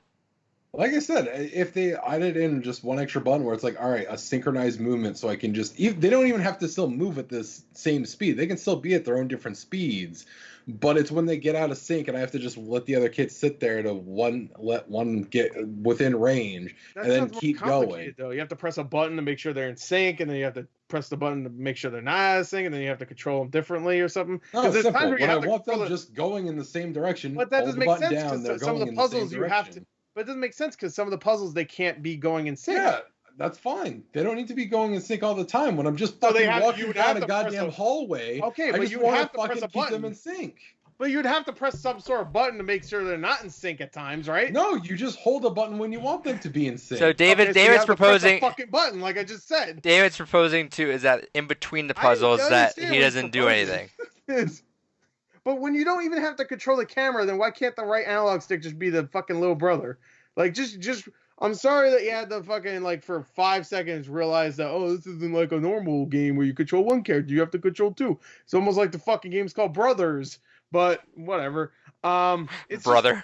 A Tale of Two Sons, which that subtitle is not great. But, because Brothers just, you assume two sons. I don't know why I had to fucking put the two sons there. But, it should have said sons like SUNS, and I would be like, whoa. I think actually, funny enough, Joseph Ferris in the commentary says that he doesn't like the subtitle either, and you should just call it Brothers. Was it a forced subtitle probably? Yeah, it was a forced title change because Brothers is already a movie, so it's a movie. So it's like how Halo Combat Evolved was forced on Halo, even though they hate it. Yeah. So Brothers is what he would like it to be called, but anyway. And I think A Tale of Two Sons is okay. It should have been just call it Tale of Two Sons is okay. Should have been called Brothers. Brothers, yeah. I mean, sequel. One thing I will say is I think this game actually would be an interesting co-op experience. I noticed it's on Switch. I feel like this would be the perfect kind of Switch co-op game where you just each get a Joy-Con, you just play through it together, go through the story. I feel like it would be a perfect experience for that. I would agree that I think it is a good co-op game, but sadly can't really play it co-op. Like just feeling it like while you're playing it. Plus, I could see how this could work as a co-op game because all right, I'm on this thing while you're turning the thing and stuff. I have to rely on your timing and mine. It's good as a one-player game because you can rely on your own timing, so you don't need to worry about this guy being a little off. Yeah, but that could also be fun because you fucked Plus, up. I feel like it would help with the theme of what's going on. I think having it as a co-op game would do more for the theme. I disagree, Gary. I think I don't agree, but I see what you said. I could see how, but then that makes it more of a puzzle game rather than a story game. I feel like in a weird way, losing the control when your brother dies is like almost like losing a limb. Suddenly, you only control. That's why I love that they don't switch the controls up because you are now controlling one controller. Using the right analog stick. It's because it makes it like it's actually kind of like a good story element where it's like he's not replacing the brother. It's just. You just lost. And now suddenly, not only are your controls more limited, there. The analog stick is still there. The left analog stick, which is the common stick you use to move a character, is still there, but you can't use it anymore. You have to use the right analog stick. But there's the main one now. Oh, go ahead. And it's not only it's a hindrance, like you're only holding that, but also like it's more complicated. It feels like you're losing a limb. Also, like the brother also is struggling through it too. Like he's also having a harder time through everything else. I feel like it's almost like a weird way of outside storytelling in a way too. He relied on his brother to again through the water and stuff, and I can see the logic to it. Yeah, but I will say it could be an interesting co-op experience for most of the rest of the game. Just like even like the parts where you're climbing on the walls of that like one big castle place. It's not like a tower, not a castle, but like you're using the rope to swing one brother over there, and then that could be interesting co-op because by time. By concept, the stuff you do, yes, but I feel like by story that takes an element out of it and doesn't make it takes the wind out because it'd be a good second playthrough. It's because now you're having to coordinate. Sometimes maybe your friend's not getting it. Now you're kind of getting frustrated with it, but otherwise it's all you. Yeah. You don't have to think about that. Because if you're dying, it's you. Right. Because the game, I don't think it has any problems when it comes to its gameplay. Personally, you might not like the puzzles or stuff, but when it comes to like how they, I thought the puzzles were fine personally. Yeah, I mean, they're simple, but but none of them have like any inconsistencies. Like Yeah, I mean, a lot of them are simple. Pull the lever, twist the lever. Shove little brother through a gate. Spin it, bop it, twist it. Twist it, pull it, shout it. Then Fist an ogre. Your mom tells you shut the fuck up, and you're like, I can't play my new toy. Well, she's dead in this game, so it's okay. Well, you cry, so you use the crying, shouting. And I don't know how you can get to that ending and like not feel how fucking brutal that is, because I mean, let me go back. You didn't have any audio, so. Yeah, let's see how. Let's look at how. I literally said that was one of the reasons why I liked the end of the game, is just because of how brutal and dark it went. Yeah, it's very dark too. There you go. There's a big brother. I guess we didn't show the brother's death, which is really fucking good. Yeah. When he has to bury his brother. Dude, it's like a scene where you have to. Like, he's dead too, because you're like, okay, cool. Like right here, when he has a vision of him hugging him one last time.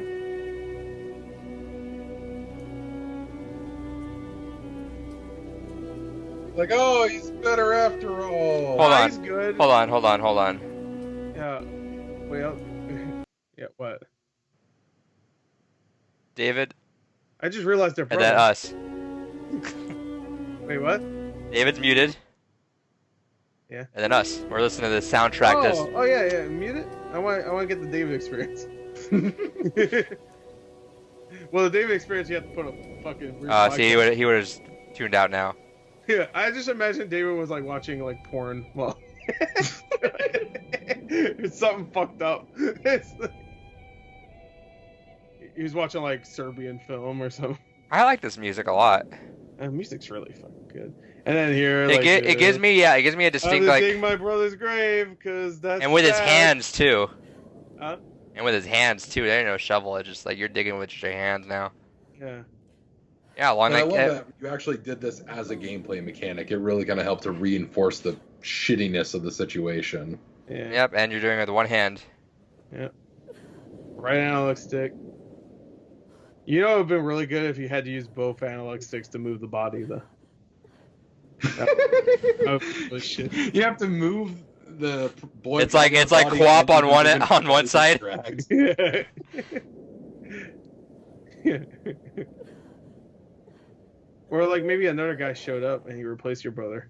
It's like when Brian died in Family Guy and they got a new dog. Remember when people got those tattoos saying "Rest in peace, Brian"? And 2 episodes. And then a week later, he's back.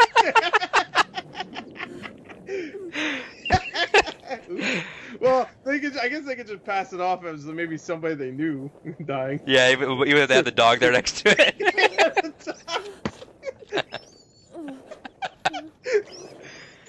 Yeah, I want someone to fast forward to this. I want someone to fast forward to this, and they see that part, and they see Gordon. He's burying his brother. What a maroon. Rest in peace, Brian. Doesn't he know the owl bird thing's gonna show up? He doesn't need to do this. An idiot.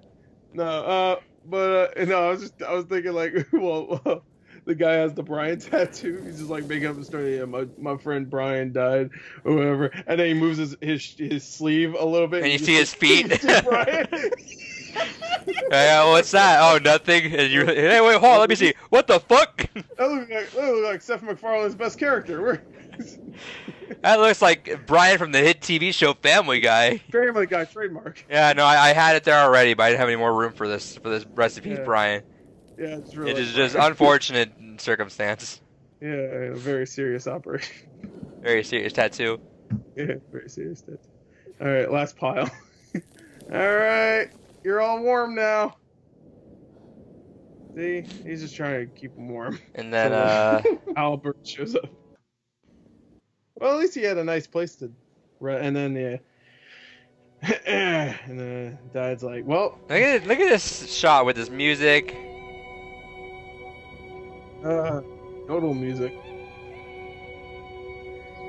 It gives me like a subtle. Is during that burial scene, I couldn't help but think of the John Mulaney skit when he's like, "Oh yeah, the Irish, they're just terrible when it comes to comfort. They don't like comfort. It's like, all right, how do we process loss? All right, boy's dead. Well, time to bury the boy. Just bury the boy." And I just kept repeating in my head as I was doing that. The music kind of gives me like subtle like a mix of like of Halo and like Elder Scrolls. me just because the chime with like that being a motif. See, look at this. It's fucked up. And the little brother's like, yeah, shit's cray. Yeah, and that's how he was like his brother at the beginning. Yep. He's got to be the man now. He's got to be the man. Yep, there you go. And then drums. Well, and then the credits. Game's called Dad. Dads. Dad. A Tale of Two Dads. That's progressive. The owl bird. I'm out. Did you like the story? It's fucked up. Like the last 30 minutes of it. Yeah, that's a fucking credit roll right there. It's good shit. Hope you're crying, you bitches. All right. And then someone fast forward and sees you just like laughing during anyway, that's some good shit. I don't care. I think the gameplay itself is great. Obviously, I like it enough to play it 4 times. But it's always nice to see a game that knows how to tell its story without actually having characters look at each other and going, "I need to do this because I'm really agitated. I need a weapon. I need a whip." One of the best stories in video game history. It's just Master Chief's 4-game journey because I don't count 5. 4.5 because he's like half in there. Yeah, I don't count it either way because I don't think they're gonna count it for infinite anyway. So I hope they retcon it somehow. They're just not gonna count it. I think they're gonna go Halo 5 Infinite. Halo 5. That'd be great. All right, well, I mean, not much else to say. I do like the little secrets too. I mean, I touched on them a little bit with the little like the guy trying to commit suicide. The guy trying to commit suicide. You stop him and you find out. That was early, right? Yeah, I'm pretty sure that's before. Actually, did you just click right on it? No, okay. No, cool. It's not. But it's after the troll part. That's like, you know, when you open a textbook, they're like, all right, turn to page 412, and you turn it's around 412. You're like, fuck yeah, I'm fucking awesome. Hell yeah, babe. You say go earlier? No, later. I'm pretty sure it's after the troll part, but before the suicide forest thing. I could have sworn. I don't think it's after the forest. Let's see if we do this, and then afterwards we'll sign off and. Yeah. Well, maybe he could have skipped it. Also, I guess. If he got the wishes, I don't think so. Yeah, the wish was pretty. When it comes to. So after this, you said. Things that are obvious. Yeah, maybe it's. Yeah, I think it might be right after this. I thought it was, and then. I don't know. I just replayed it, but it's. I don't know. Like I said, everything kind of morphs together. Bye. This is music. See ya. Yeah, I didn't get too many of the secrets. I got the one with the sheep just because I kind of stopped for a little bit to see, all right, can I throw these sheep into the fucking water or something? And ended up just carrying the sheep to see where I could throw it and figured out I could get it all sooty. And I got the one for throwing the girl's ball into a well. Yeah, that one's fucked up. Yeah, no, I don't know where it is. Maybe it is after the Dark Forest. I don't remember. I don't remember, dog. That's some shit right there. Yeah, that's some creepy shit. Oh, he said that this was actually a dream he had. Yeah, he had a really fucked up dream, but it was the Oscars they're trying to get him. But no, it was supposed to be the wolves going after him, but they couldn't program it right. So they just created these tree monsters instead. I like it. Yeah, I like the tree monsters better, actually. Oh, you better go up a little bit. What are you doing? Go up. This is music. Good fucking music, man. Creepy. I'm scared, man. I'm gonna shit my pants. Do it. Alright. There you go. Confirmed. Confirmed. Look at David's face. Yeah. I'm really intrigued right now. He's loving it. He thinks it's a great game. I guess maybe it's right after this. I don't know. The search for this fucking suicide guy is yeah. All right, I think we're good. Yeah. All right. Look it up. Play it yourself. It's only 3 hours long tops. On Game Pass on both PC and console. Yep. It's cheap though. It's actually on sale right now, I believe. Physical copies are cheap too. So if you only have a PS4, it's like maybe $10-$12. Digital, I'm sure, is like 15, 20. So. It's worth it, in my opinion. So there you have it. I think on PC it was like 20, yeah. Yeah, but I would have been pissed if I paid $20 for this game. Yeah. Well, I have to pay $20 for fucking Nocturne, so I don't know. Yeah, but at least you get 90 hours of entertainment out of that. Or 90 hours of him just not having fun, and he's gonna just hate you for a while. Yeah, I'd rather watch Scoob. 90 times. Scoob. All right. Shoutouts to Scoob. So that's the last fan favorite. If we do another one, it might either be after Nocturne or maybe somewhere in the middle here. Gor's proposing July, but I have a feeling that we might want to spend some time catching up on other stuff that we have in between there too. But I'm open to it. July. What do we have for games gone by in July again? Shadow of the Colossus, which is a pretty short one, so it's like 10 hours tops, I think. So, but I was gonna suggest a really short game, so like a really short one. I have one that I wanted in July, but does not qualify. So therefore, I'm gonna have to wait. By the way, the game I'm deciding that I want to do for July is going to be one David will hate, so he'll probably hate another game then. Maybe we'll do a 10-hour fan choice in there and just keep it at that. 10 hour? Max 10 hours instead of 4 hours. If it's only a 10-hour game, I've got a full month. Oh, yeah. For the September one you talk about?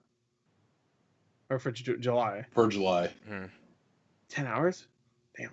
I could do one. I mean, the only thing I'm really excited for in July is Deadly Premonition, really. And, I do want to play Ghost of Tsushima. The Ghost game, yeah, but that's like... We'll see. We'll see. I also want to keep July sparse for us to like keep in touch with everything that's coming out that year. That way when we go into later on, we don't have to worry too much about stuff going forward. But we'll see too. I'm open to stuff. I really wish... I hope I have July next year then, maybe. We'll see. What, you thinking like some Independence Day? I want some America shit. Some America shit? Yeah. Well, Shadow Class is pretty American. The little guy taking down the big guy. Big Pharma, baby. Oh yeah, man! Civil War, baby. Wait, no, that's not the right word. All right. So big racism. We taking you down, baby. So our schedule, as it stands, is May, and this might get pushed back if you weren't listening earlier. We're probably there's a chance that we might push recordings back to Thursday just because we happen to miss breaking news every single time Wednesday night.